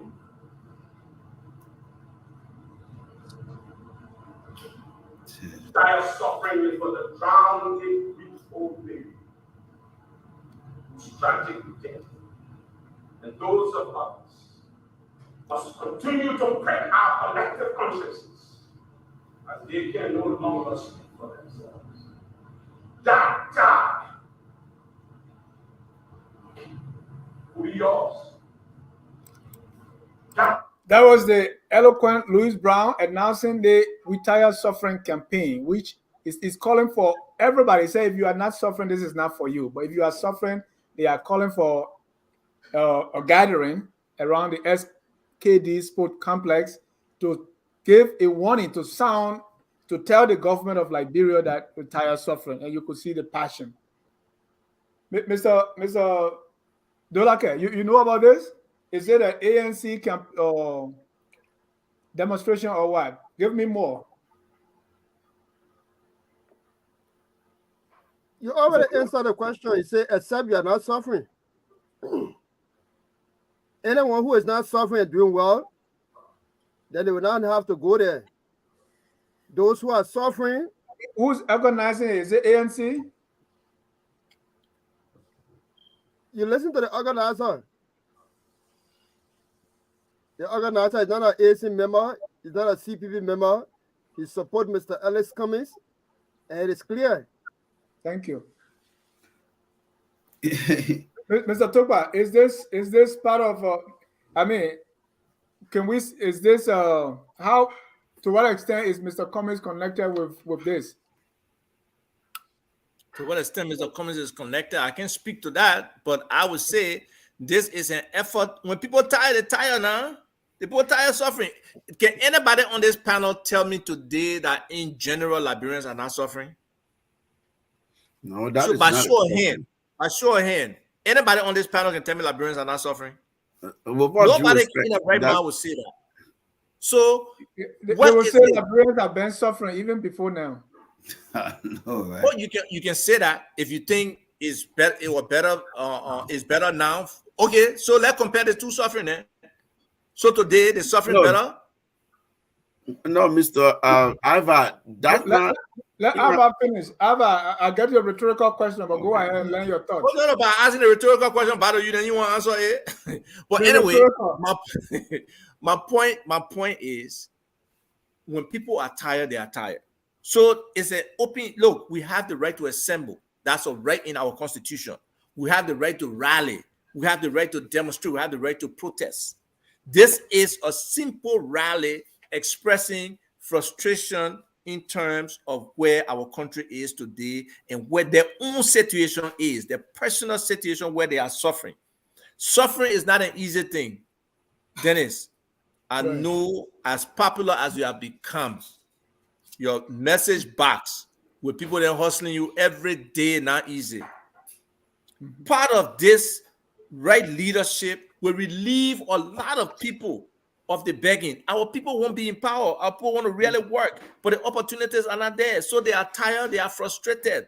And those who believe they'll find, they can stay home. They don't even have to come. They can even cost the people who are walking by the horse to go and be part of the rally. They can cost themselves. That freedom of speech on the part. Thank you. I just want to be clear, since he's the campaign manager or campaign person for ANC, I was asking if ANC is also. No, you keep saying ANC. He's Or not a CPP. campaign person for ANC. It's Team Cummings. Yeah, Team Cummings. Team Sorry. Cummings.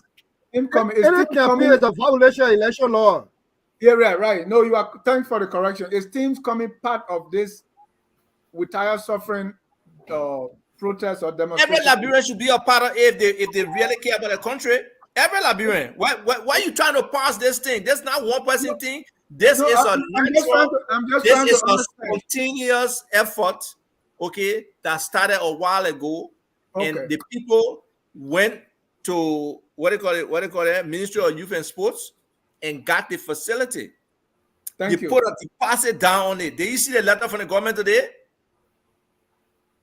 And they tried to camouflage it like they were blaming CDC people. I have a Ministry of Information people in John. Ministry of Information workers with John. Yeah. But look at that, Dennis. People there who working with the government in the ministry making less than $50 a month. But let me just. I want people to come in first. Yeah, let me just comment on this. I don't know how to characterize it, but you know, the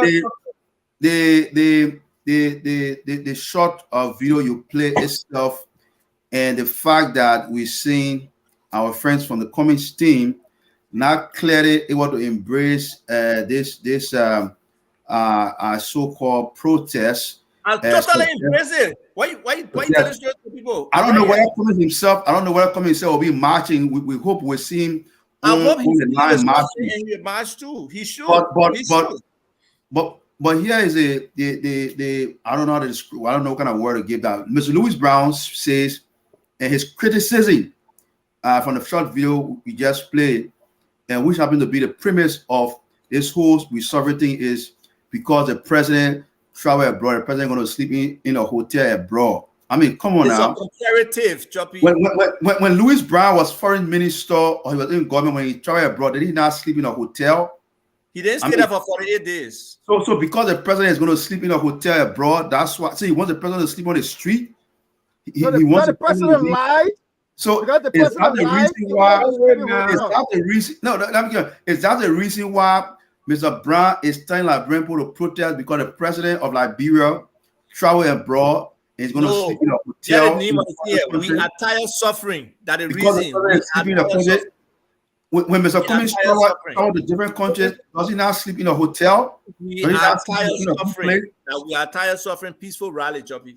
Yeah, I mean, your tired suffering is a different issue, but I'm saying the basic for this whole we are tired suffering rally, whatever it is. No, the basic of this we are tired suffering in the hotel. What kind of reason is that? What type of reason is that the president should go on the street? Hold on, Isaac. I want I meant to come in there, Mohamed, on the retire suffering peaceful rally.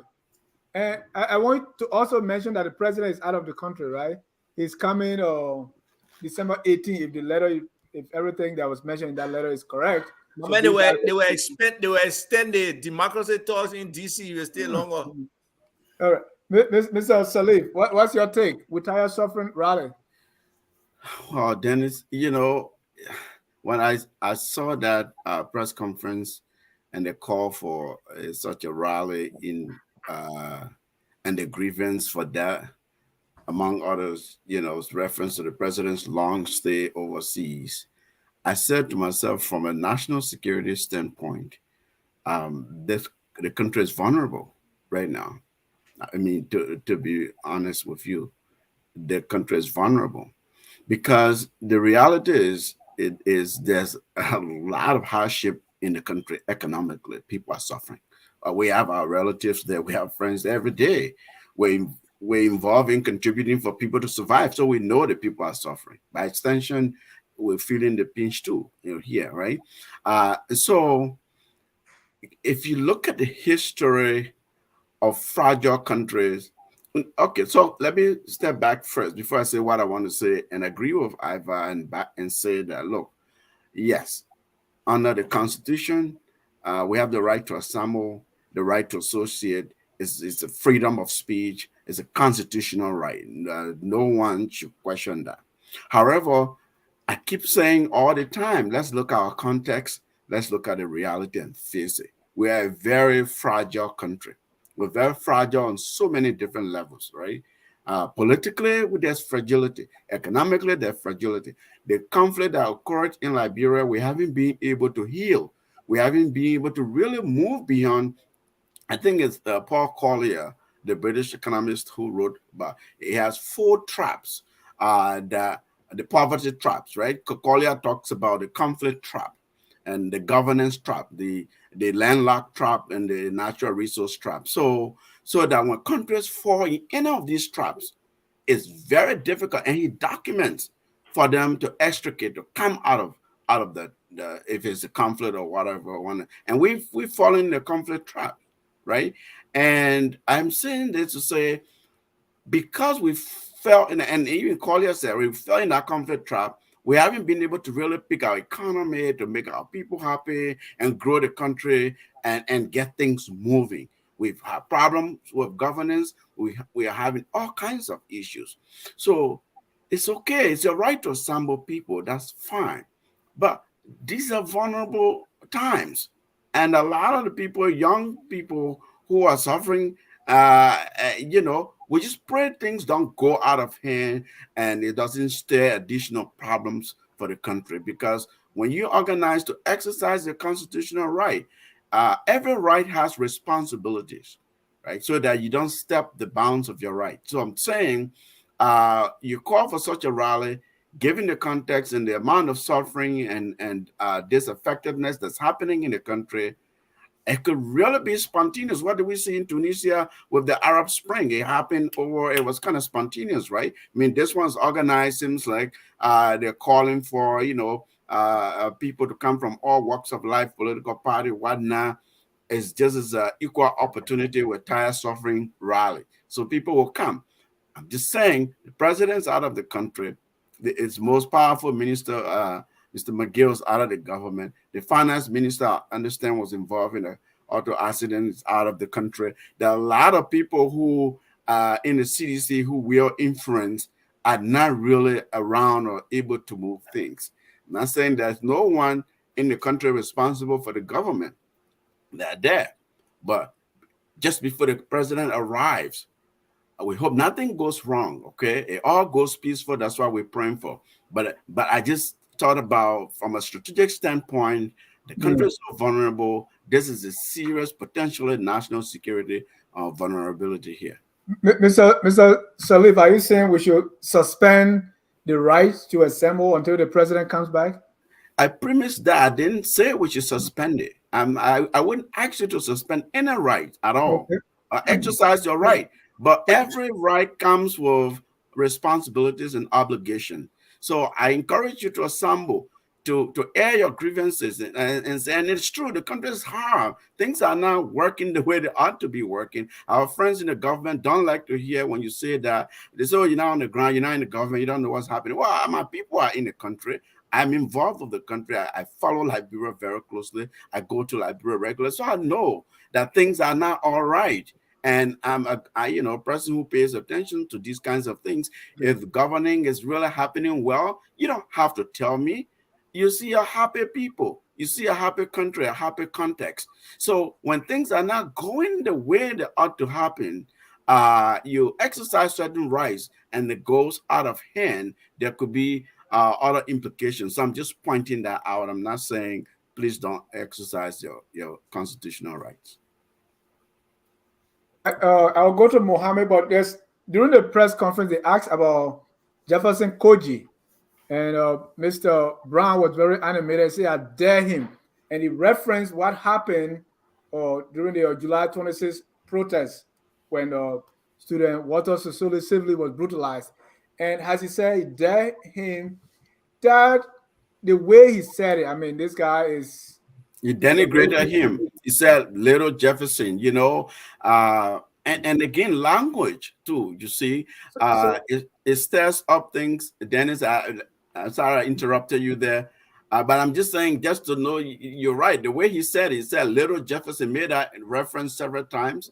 And I believe there was a reason. I don't know, but from a Or distance, maybe I'm you should have able said to- young Jefferson because they can call him a young mayor. So maybe young Jefferson instead of little Jefferson. So, Mr. Sherif, you are a student of history. The president is out, and Jefferson Koji, from what we've heard in the past, was the one who was But hold organizing on, kind of look, protest.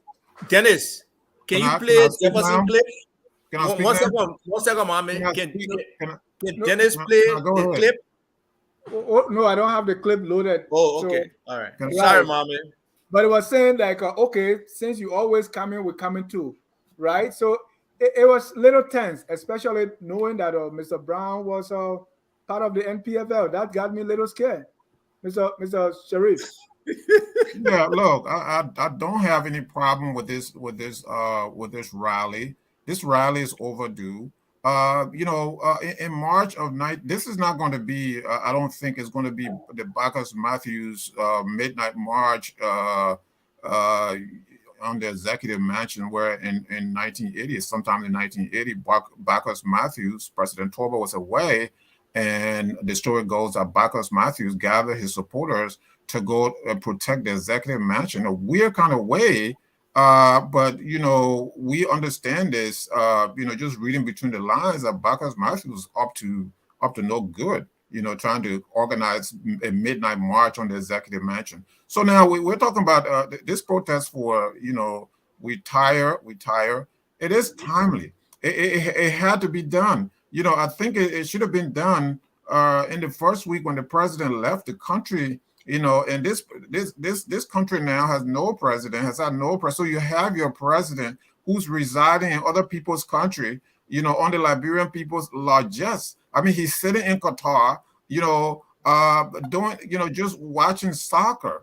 If Ellen Johnson Sirleaf have flown to Brazil in the 06 to watch the World Cup for a whole month, if Ellen Johnson have flown to South Africa to watch the 2010 World Cup, or the 2014 World Cup in Germany, then we would have people like Chuffy Charlie, who was all the time spewing derogatory comments at Mrs. Johnson Sirleaf.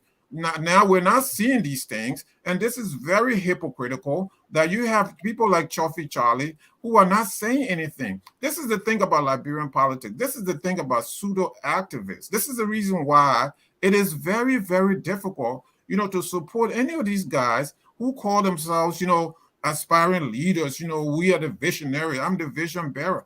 Chuffy Charlie was supporting George Opanwea, the CDC, and people like Jefferson Kweji were going around lambasting and spewing all kinds of nonsense and insults to the direction of Ellen Johnson Sirleaf. Keep in mind, I didn't support Ellen Johnson Sirleaf, but some of the things that they were doing, that you're not seeing that today, the so-called progressive, the so-called activists, that you're not seeing that today.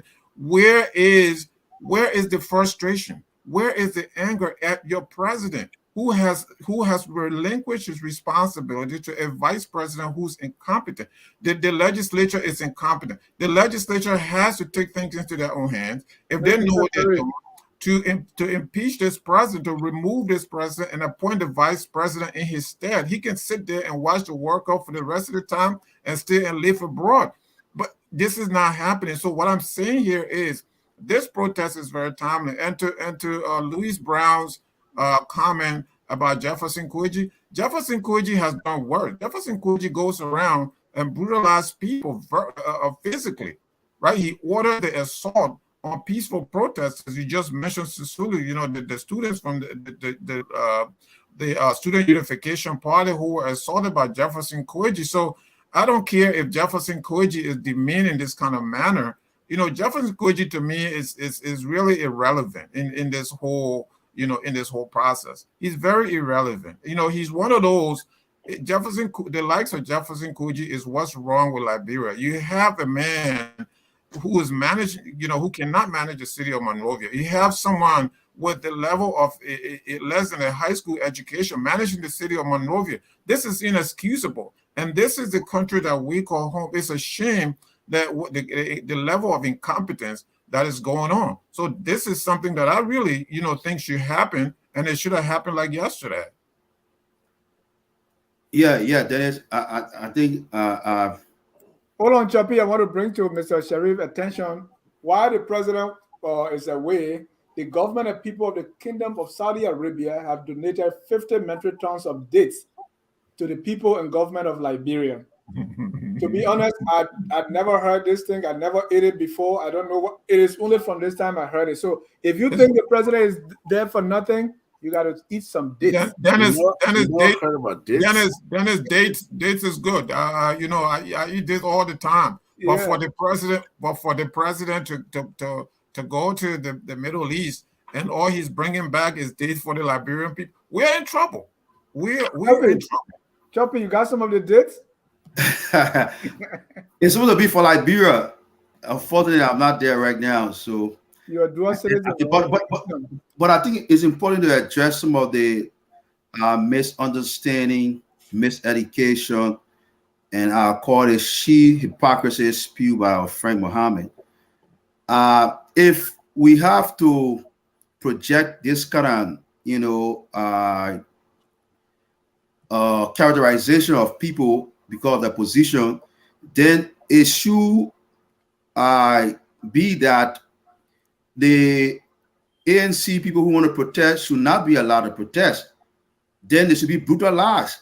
If Mohammed's position was that the CDC protests in those days were wrong, because he's saying that advocacy, he's criticizing that advocacy, and That's not what I'm saying. No, I mean, let me finish. He criticized that advocacy, and then he was a supporter of the government at the time. We said that those advocates were wrong, and it brutalized people for exercising that right.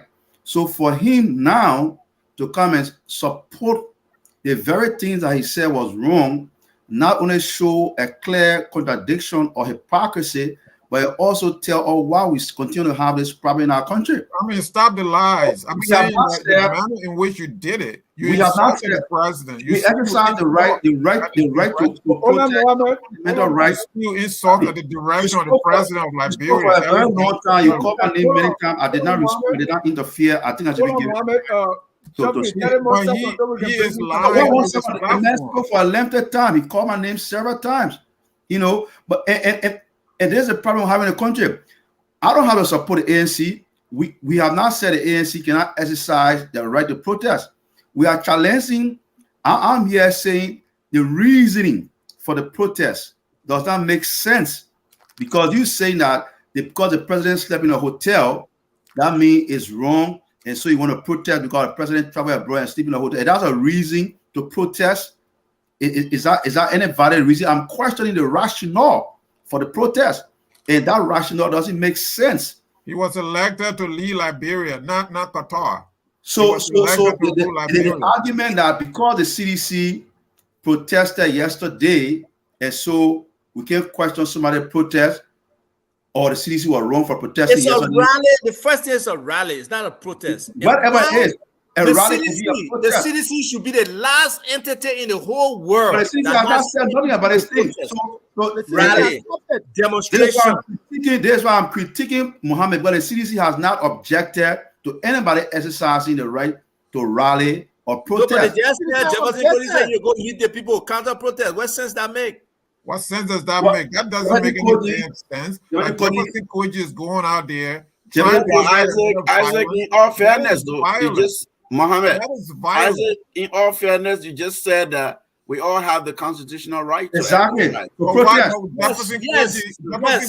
can hold on 1 second, Mohamed. Not confrontation, but everybody has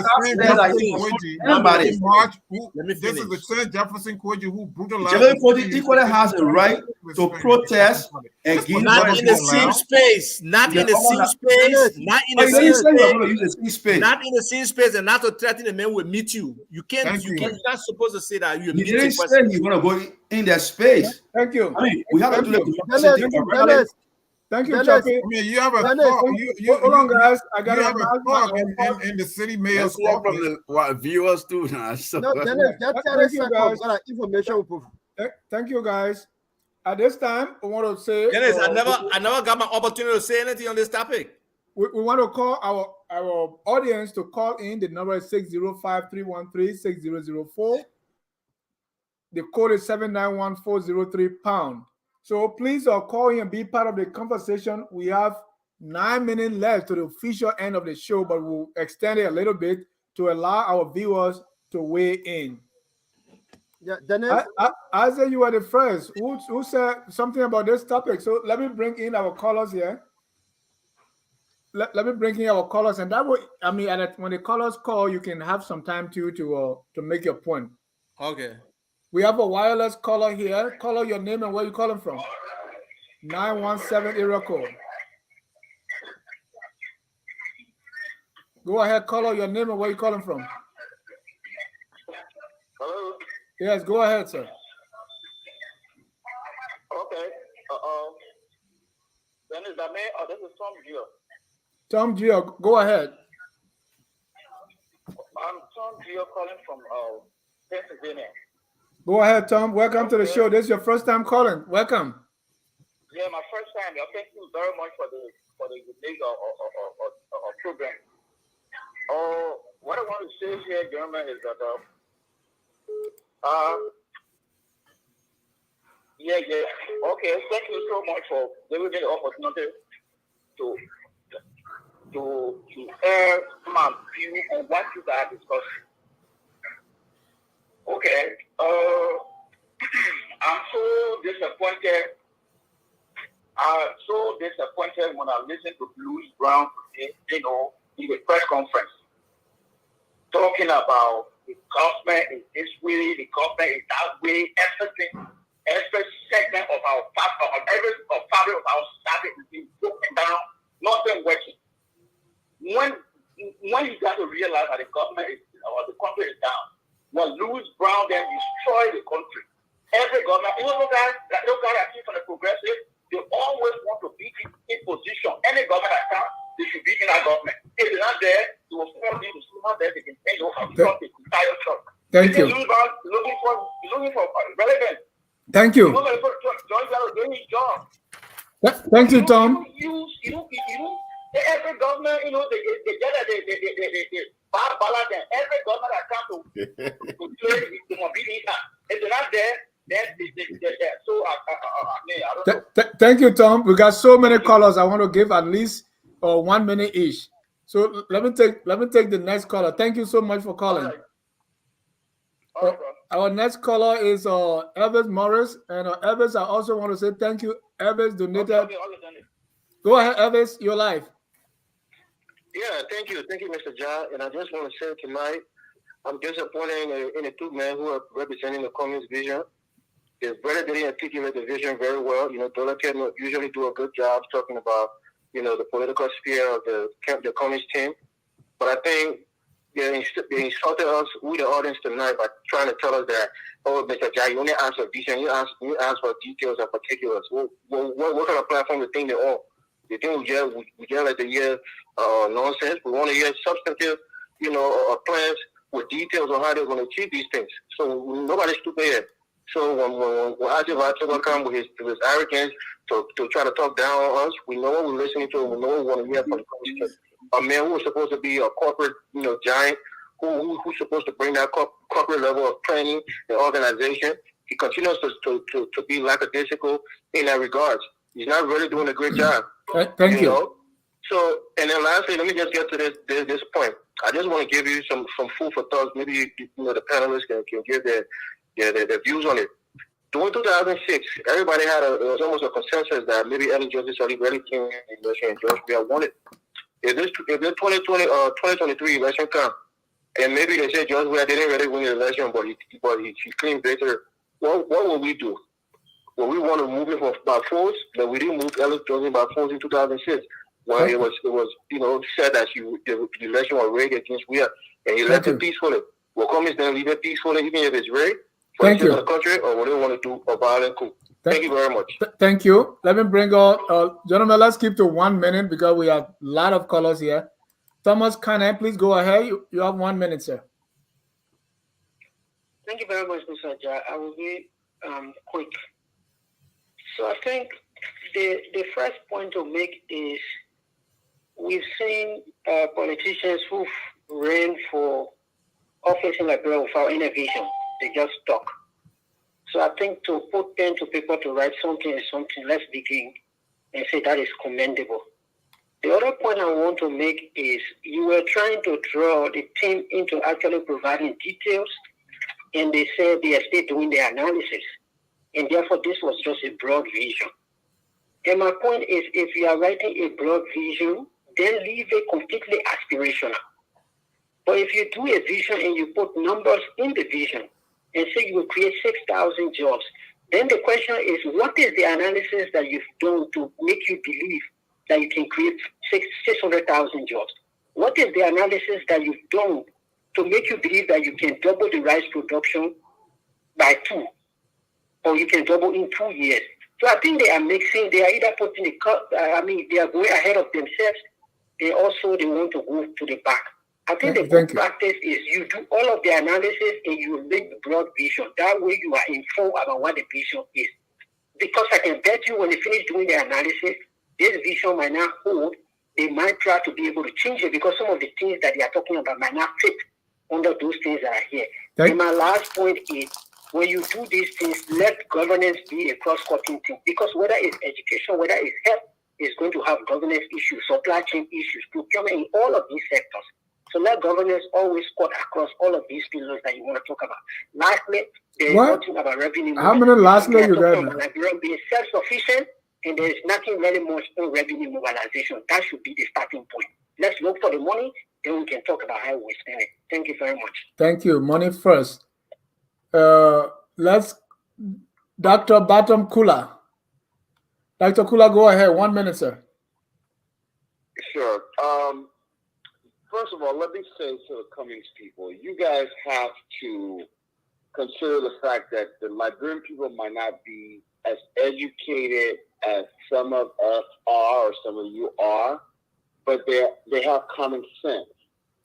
And these people have been let down by one government after another, so the trust factor is another issue. You guys have to instill some sort of trust in your candidate that the people will be willing to give their votes to him. Because as far as I can see it, the reason they voted Weah is because they thought Weah was in their best interest. And Ava, you are one of those who sold Weah to the Liberian people. Now you're here selling Cummings to the Liberian people. But it's more than just selling him to the Liberian people. We have to be able to translate that selling into reality on the ground as it speaks right now. What are we doing to endear the people to your candidate? What are we doing to instill trust for your candidate and a feeling that these people can trust your candidate to have their back when he gets in power? Because we realize that it's not the educated class that's going to elect Cummings. It's the uneducated, because the poor and uneducated are in greater numbers in Liberia than the educated and those with wealth. Thank you. Poor or you're rich. There's no middle class. Thank you. Thank you, Dad. Thank you. Let's go to Al Hussein UJ Fadiga. Al, you live. It's a long time, man. Thanks for calling me. I got a lot of things to touch on, but I'll just try to be as brief as possible. Yeah. I'll just go on in line with what Baton was saying. Baton stressed some good Dr. Kula stressed some very good points. My man, you called before Baton started talking, so tell your own. Leave Baton. No, but it was part of what Elona line. So okay. I don't have a lot of that. I'll just go Elona line. Okay. What happened is I was sitting the other time talking with a friend, and then they said, "Oh, even John, we are not who will replace you?" And I asked this CDC. I said, "Let me tell you something. If George Weah can become president of the Republic of Liberia, why the hell you guys keep talking that nobody else competent in Liberia? We got one of the most incompetent persons that have proven that he doesn't even understand what they are doing." So the problem is there's something in America called where the voter want to vote for someone that they can drink beer with. And I think that is the problem Cummings and a lot of people are having. Not that they are not giving people a trial, but people want to elect people either on the tribal sense or people that they can identify with, even if that person would not do nothing to them. How can Cummings and his team make the Liberian people to feel that these are not foreign, just people from the diaspora coming here to take what here for us, but we are all going to be part of it. How can he? Because coming and being like for long to still be perceived as foreign, as that outsider, how can he? Whether it's by align with other people in something. So that's the sad part of our politics. But as far as the process is concerned, I think it's long overdue. I think the president has been taking advantage of the Liberian people. I think the Liberian people are giving him so much time, and I think he's so complacent now that he believes that nothing can happen. But something will trick us something. I don't know what. He may get away with this one. He will keep getting away with it. But the level of suffering that is going on in Liberia right now, if it continues that way, nobody, you won't even need Cummings or anybody to put someone in the street. Car will just hit one paper rather, and that whole place will be upside down. And then just to one last point to Mr. Ahmed Sherif, every time we talk about protest, we talk about fragile. What about fragile? That country is not fragile. If the country has to break, look, if people keep abusing our people, we fought war for what? We fought a brutal civil war. Some of our lives were altered. We all scatter all over the place. For people who can't do the thing, they will keep saying fragile and that. If they want to burn that, let it burn that. I want to be part of it. If that's the second revolution that will change that country, let it happen. People are already down for nothing. Then we just having people that keep doing the same thing.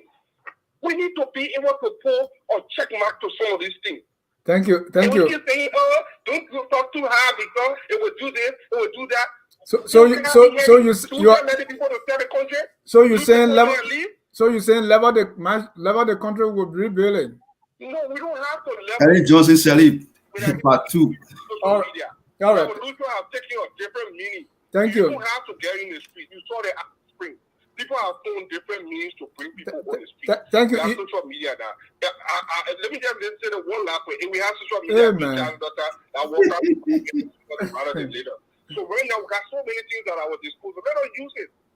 Thank you. All right, Mr. Jan. Thank you. Thanks for calling. Let's get to this number from Maryland, 443 area code. Your name and where you calling from? Yeah, Mr. Jan, this is Prince Sherif. How are you, sir? I'm good. Is that Liberian? Definitely. This is Prince Sherif. Let me just first of all say thank you. And I am really shocked by the statement of my brother Fadiga. I'm really shocked. But again, these are the kind of people that are portraying themselves to be advocates or whoever they want to be. For you to sit on this platform where you have thousands of Liberians listening to you, where some people, they were victimized and they are still living with the trauma, to use such a statement, let's burn it down, let's break it down, let's destroy it, what will happen. No, you didn't say that. Thank you, Mr. J, for, that's what he's saying. That's what he's saying, and you corrected him. But he was saying, Adama, look, let's be clear here, Mr. J. Okay, leave that man, tell your own. No, but Dennis, it's not good for somebody to switch what the person said. Fadiga did not say burn anything down. He didn't say so. People are still trying to infuse the mentality that we must go back to war and destroy our country and kill ourselves. No, I asked him, he said there are social media way of doing it. But make your point quickly, you have 30 seconds. Okay, fine. So to the point, I'm coming to the point, sir, to the point. The coming group, they do not have any blueprint. They do not have any plan. They do not have any tangible to present to the people of Liberia as it relates to changing the people's lives. Every time when we listen to them, is the people suffering. The people ain't got food to eat. What plan do you have that the people of Liberia can lay their hands on and say, well, this is the plan of the ANC that at least they will be able to use to put food on our table and create jobs?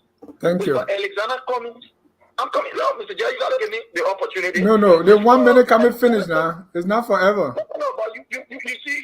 You see that, Jess? You gave my brother almost 10 minutes to make his point. I'm making my point. Come on, Prince, hurry up, man. Yeah, okay, fine. But to the point. Up to now, Mr. Cummings is still struggling to present a plan to the Liberian people. evidence by what we are seeing here. The second issue is the messenger of Mr. Cummings. Look, Mr. Cummings might be, maybe a serious-minded person, but the people that he have associated himself with and continue to associate himself with is the very people that are destroying him. For example, with no disrespect, look at the likes of Louis Brown. Look at the likes of, my own big brother, I have a lot of regard for him. How about Tukpah? Look at these kind of people that Mr. Cummings is aligning himself with. Look, these people, they are completely disconnected from the people on the ground. If you want to win the book and the love of the people, you must have people that understand the people, that can speak to the people, and that have base. Thank you, Prince. A kind of grassroots support. But none of these people have any grassroots support. Thank you. Telling us that these are the people that you will use to convince us. Nope. Mr. Cummings is out of touch. Thank you. We got 3 more callers. So, Prince, sorry to let you go. Harrison Bajiwo, go ahead quickly. Let's do this time 40 seconds and go back to our panelists. Thank you, John, for giving me that time. But I think the people keep complicating this thing here. People that print them doesn't even have any credibility to come over there and talk nonsense. You talk about grassroots, and you have Mele Jefferson Koji, who is counter-protesting and killing people. People that print them doesn't have the credibility to come here and talk, to confuse people. I called before you ever came in. But I just got to talk on our side a little bit. These are people that sit down. Yeah. So go to your own now. Yeah, the mayor of the lowest stupid to join. We have men sit down, go sit down in a hotel. How many money you spending that labyrinth for money? Thank you. But what I want to tell Alpha and the other man over there, thing here, you are saying my man. The man that janitor is not other man over there. His name janitor. Consider it. They are just supporter of what is the difference? Their aim is to see Cummings becoming president, right? And ANC aim is to see Cummings becoming president. So what differentiation you are trying to make over there? People are not stupid. Thank you. You're coming to present your candidate or present issue. You got to be very, very serious about it. Thank you. Why do you come and start trying to give us, to give us about those issues? Oh yeah, the 2 people, they are just supporters of Cummings, like Jesus Christ, like this, like that. These people are people that people are already in front of. And let me tell you, Cummings has no credibility of becoming president over there. These are people that the poor calling Liberia. They are causing cash violence. If anybody is causing cash violence in Liberia, then you are against her. You are not a leader. We don't want people like that. Thank you. We don't want people that are coming and say. Thank you, Mr. Tabata. Go. Thank you, Harrison. He doesn't want primary anymore. So Cummings does not have no credibility. Thank you. Thank you. Our last caller, you have 770 area code. Your name and where you calling from? Hello, this is Justina Silva from Atlanta. Go ahead, Justina. Welcome to the show. Thank you. Thanks for giving me the opportunity to speak. I just wanted to say thank you to all of you.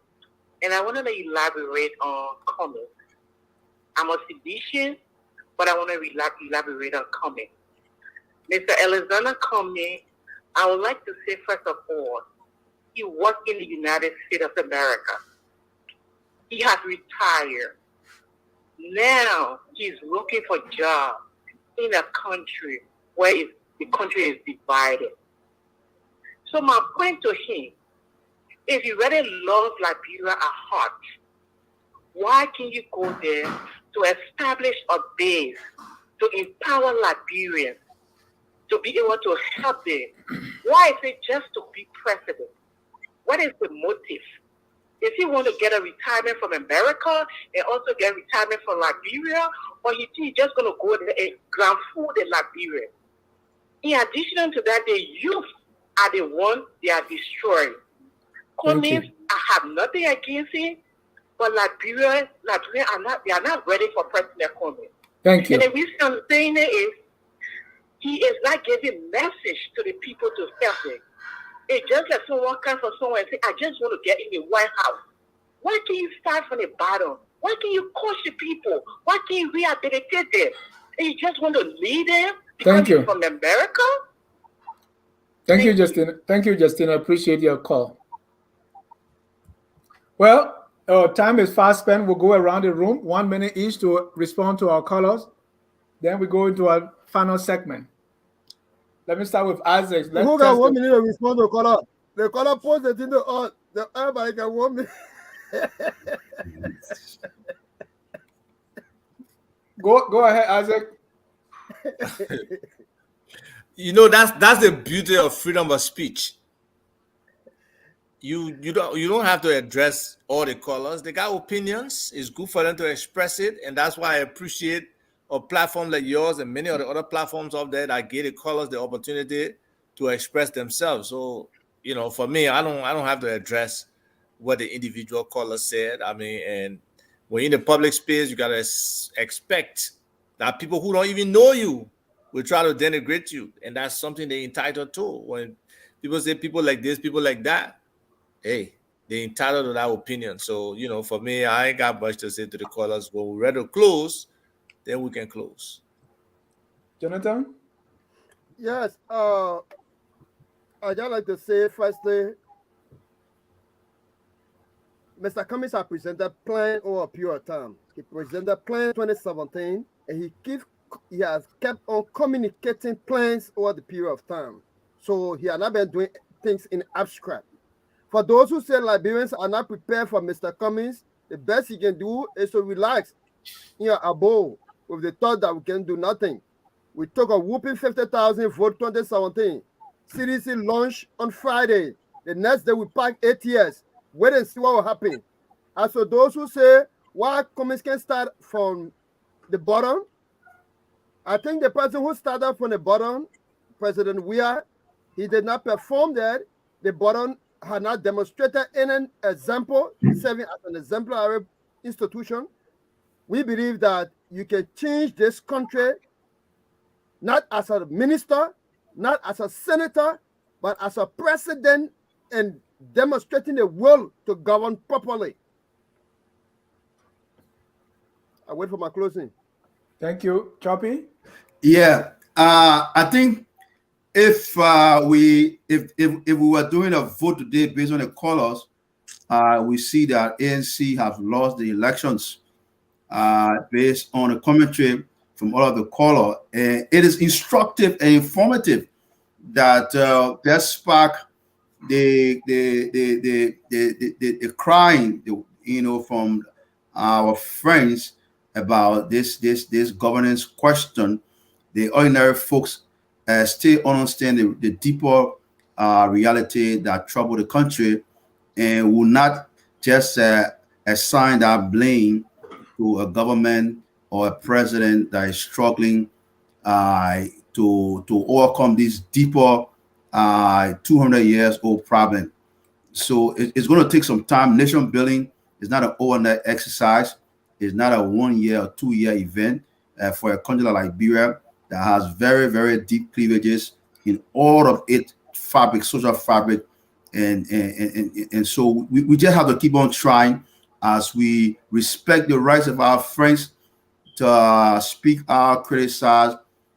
This is one of the celebrations we can continue to do as a government, that Liberians, now people are not being arrested and praising, you know, for speaking against the government.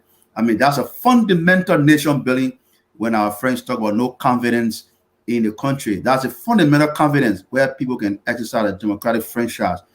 And that is happening, and the country is moving on. Thank you. Mr. Sirleaf. Oh, thank you. You know, I mean, I listened to the callers, and then I observed how the Cummings team responded. I just want to say, you know, if I were in that situation presenting this vision, your job is to persuade people. Your job is to convince them that your team, and I'm not suggesting you're not doing that, but yes, there is the right to speak and exercise the freedom of speech, but it will be also your job to try to answer some of their concerns. and their criticism because you are the messengers of Mr. Cummings, as it were, and so while they're just exercising their right, but You also do that in 1 minute? Well, no, I mean not necessarily 1 minute, Isaac. Right? I understand what you're saying, but I would have given a different approach. Well, 1 minute, can we finish? Sorry. That's just Ahmed Sirleaf. But of course, this is a political discussion, and so what you got from the callers too is a sort of a reflection of that. Everybody supports different candidate, and so they will speak from that perspective. That's kind of how I understand it. Thank you, Mr. Sherif. Yeah, I thought it's interesting that co-panelist is using, taking a small, very, very minute, insignificant sample to say if an election was held today. I mean, this is ridiculous. This is we don't even know the characteristics, we don't know the demographic, we don't know who's who calling. It's just absolutely ridiculous that that we should be even measuring anything by the number of callers who said they supported George Weah. I mean, as far as I know, you said if you're sitting in the United States tonight and you're living in your air-conditioned home, you can go to your refrigerator and pick up ice cream anytime, cold water, and drink water and sit in your air-conditioned vehicle. You're not suffering. You don't feel what the people feel. So the people feel the pinch. They feel the bad leadership or the lack of leadership. So these are the people. If these people are telling me something, then I'll be willing to listen. So, it's a serious deal out there. Thank you. At this time, we're going to go to our Tabata session. Every day, there's some Tabata going on somewhere in Liberia and other parts of the world. Prepare for your Tabata. We'll take a short break for 1 minute and be right back.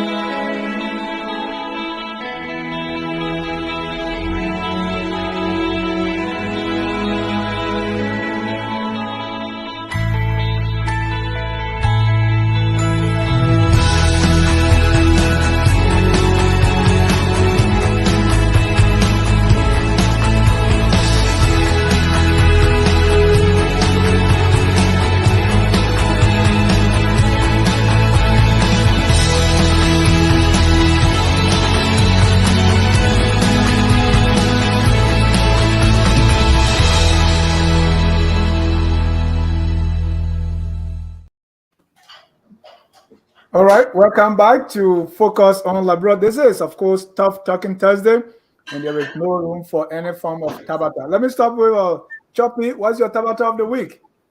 And for those who are watching the show for the first time, Tabata in Liberian language from the Southeast means nonsense, complete rubbish. Chorpie, any Tabata you saw during the week? My Tabata still has to do with this idea that the president is not supposed to sleep in a hotel when he travels from abroad. The criticism from the ANC, I mean, that's a real Tabata right there.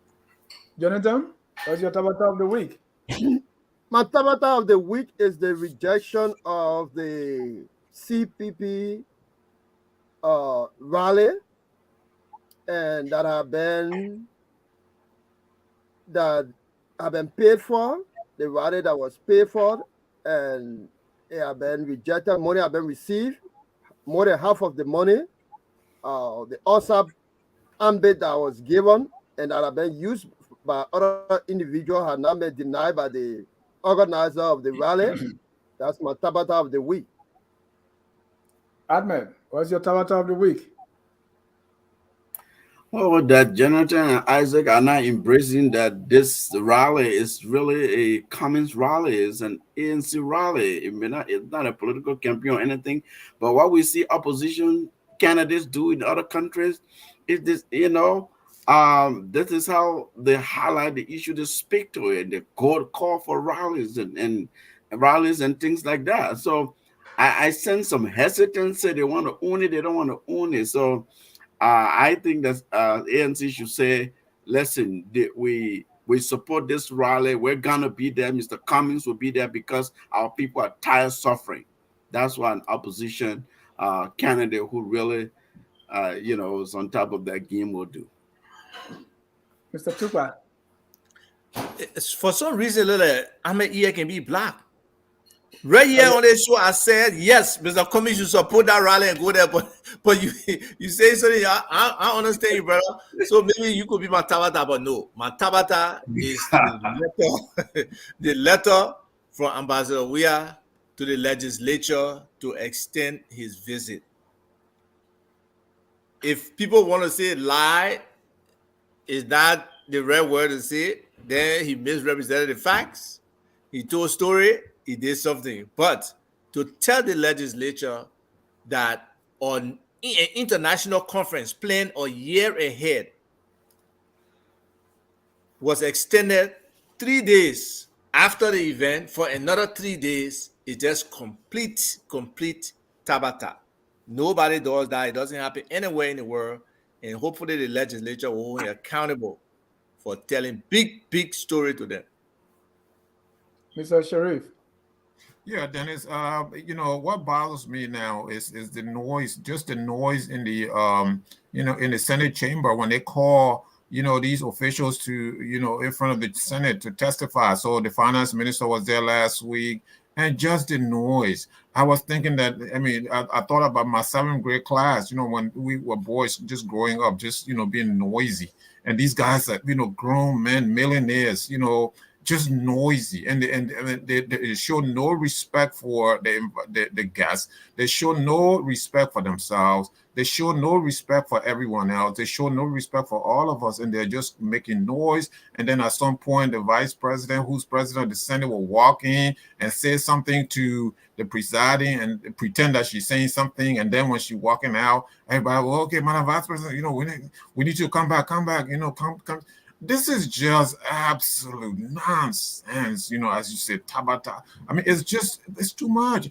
Have some respect for institution. How about we start having respect for institution? Dennis, when we were in 7th grade, you make noise.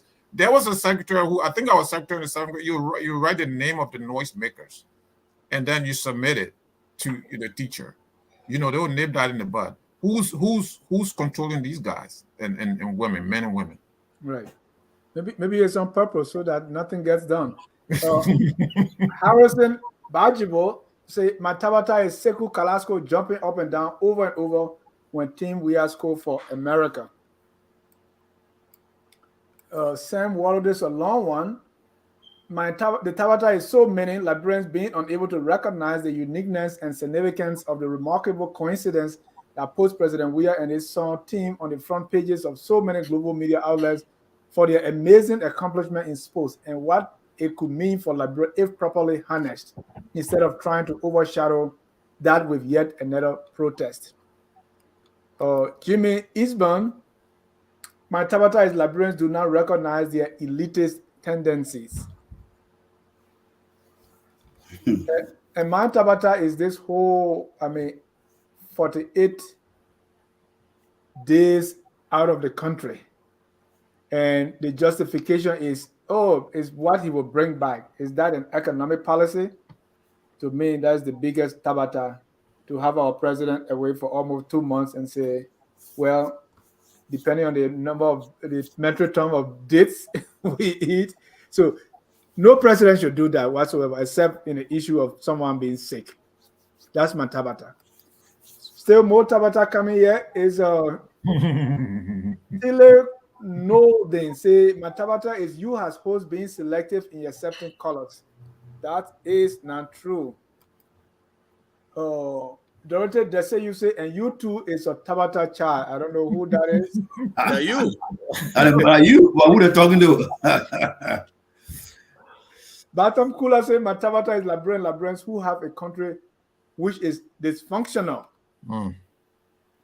Keep your Tabata coming, and we're going to always add them right here on Focus on Liberia. Before I ask you for your closing comments, we have some shows coming up. Okay, and they are exciting shows.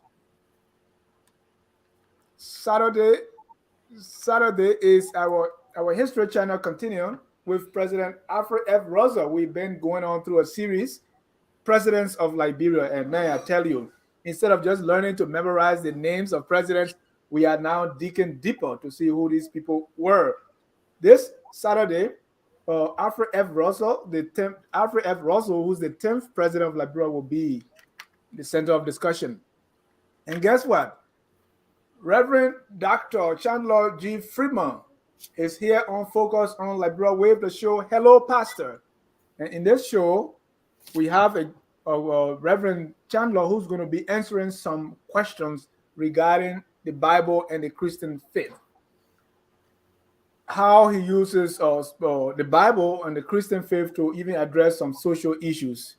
You don't want to miss Hello Pastor with Reverend Dr. Chandler G. Freeman. Always focus on Liberia. We bring you the best.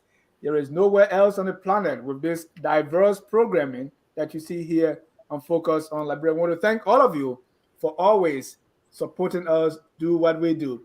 At this time, we go around the room and get your closing comments. Let's start with Chorpie this time. Oh, shit. Wow.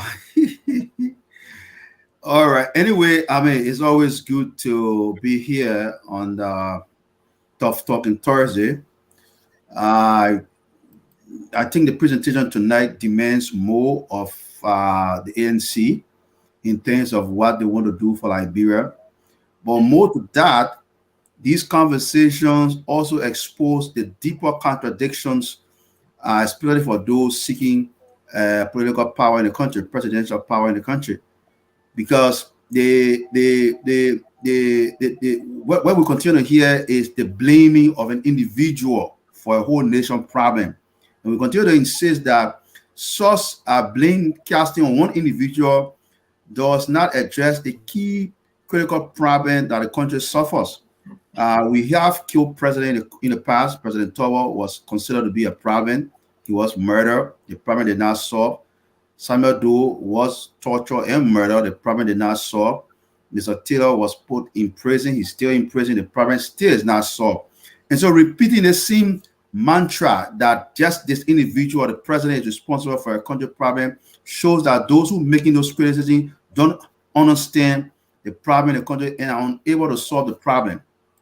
Until we address our country problem from a national perspective, the social institutional structure that have been in the country since 1822, we will still suffer this problem of keep blaming an individual. Thank you. And thanks so much. Thank you. Jonathan. Yes, and just speaking up for my brother Chorpie, the problem about our country, it is primarily, and we have listed it repeatedly, and Mr. Cummings has had conversation about it repeatedly at different lengths. It's about building confidence in the system. It is about holding those who have been sanctioned accountable and restoring confidence in our system per what our international partners have requested of us, that if you don't do X, Y, and Z in accordance with those who have been sanctioned, we can't do business with you. And when you refuse to execute such mandate or to even request those international partners to help you with such mandate, then indeed you are amplifying the problem. And that's how the problem comes into existence. I like to say here that Mr. Cummings has said repeatedly that changing the narrative of our country cannot be done as a single senator, neither as a minister.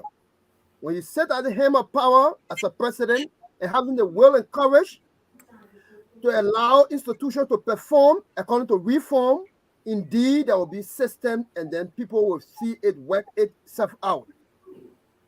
Mr. Cummings has demonstrated a plan.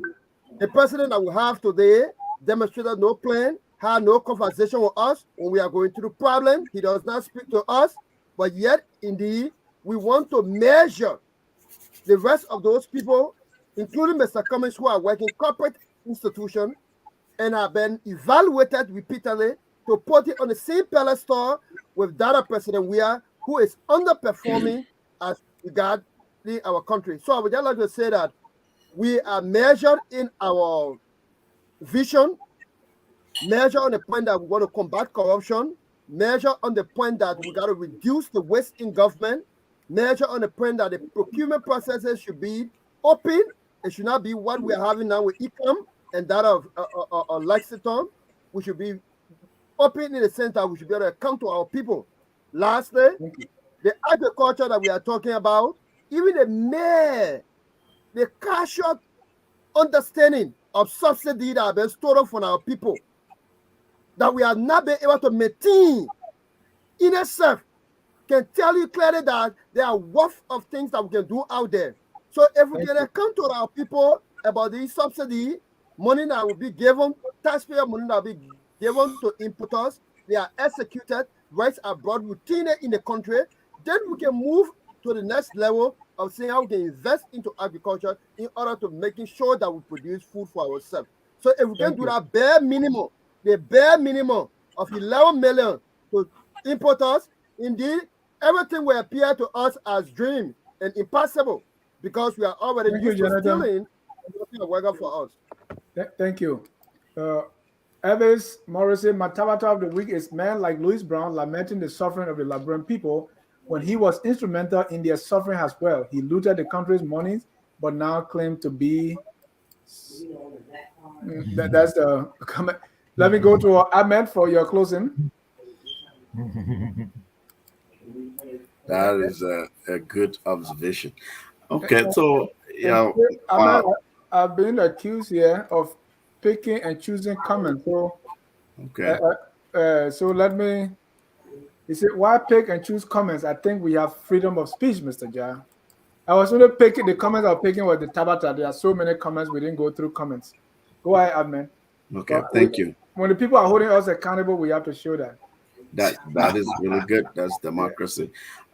So, like one of the callers said earlier, I think it was Thomas Kane, we have to commend the Cummings team for at least putting something on paper, putting pen on paper. Okay. So it was a good discussion. Thank you for presenting what Mr. Cummings, the vision he has for Liberia. One thing that I'll come back to is what I said about governance and being realistic about the plan you present. Okay, why we, I guess, didn't go into the nitty gritty of each of these pillars that you've presented to us. If you are aiming a 21st century Liberia, and even if you were elected twice, let's say for 12 years, they cannot accomplish that within those 12 years. Let's face it, it's just the reality. So when we come here, we're here to contribute. Sometimes just ideas that will help the candidates, that will help the country, and so we mean well. We mean well when we say that. We commend that you have something on paper, but what we've seen here and have read, we encourage you to continue working on it. To focus more on the governance aspect of it, because there are implications for each of these, and these are complex ideas and areas of development. That it's not that Liberians can do complex things, but we've been beating our country down for years or for decades, and therefore that's where we are where we are. And if a candidate presents themselves to us and say, "Here's my vision," I think that is a good exercise to critique that vision, to tear it apart, look into it, make suggestions, take those suggestions in good faith. You don't have to take everything, go back and look at them and think about it. So thank you for the opportunity. It was good to listen to these two gentlemen to present the common vision. Thank you.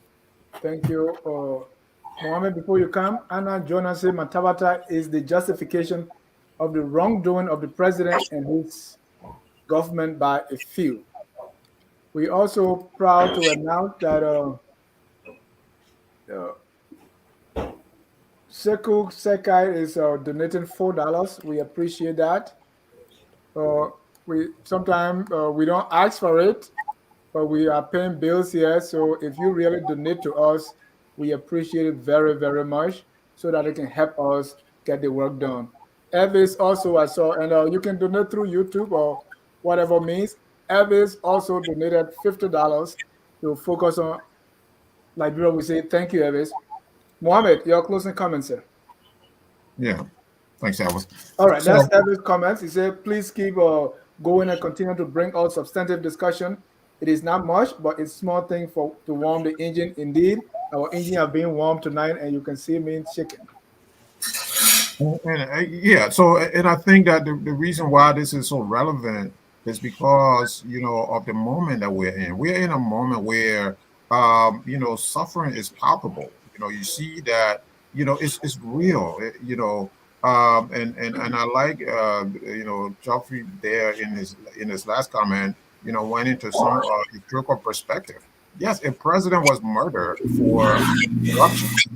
They thought it was rampant corruption. And then, a few weeks later, a week or so later, associates of that president were also murdered, and people celebrated, and they said that was the end of corruption. Corruption didn't end, and the country went into down the drain from there. Country went into civil war. Corruption never ended. So it makes people cynical now. People like myself, and we question. Okay, who's coming out next to say that they're going to eradicate corruption, whatever they're going to do. So it is, and I think it's in that spirit that we have to, as Ahmed said, we have to when we scrutinize these things, we do it in good faith. We really do. At least I do. And so, it is important that we talk about these things.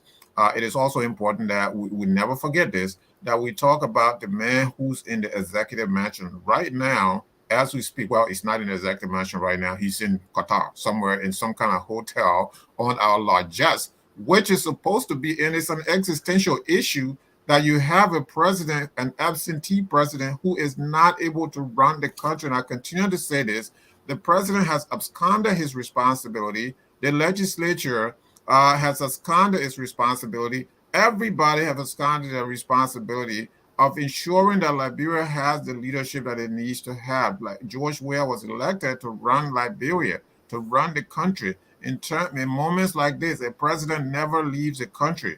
We are facing a crisis. When the country was facing crisis during Ebola, Ellen Johnson, I think she didn't leave Liberia. I don't remember her leaving Monrovia.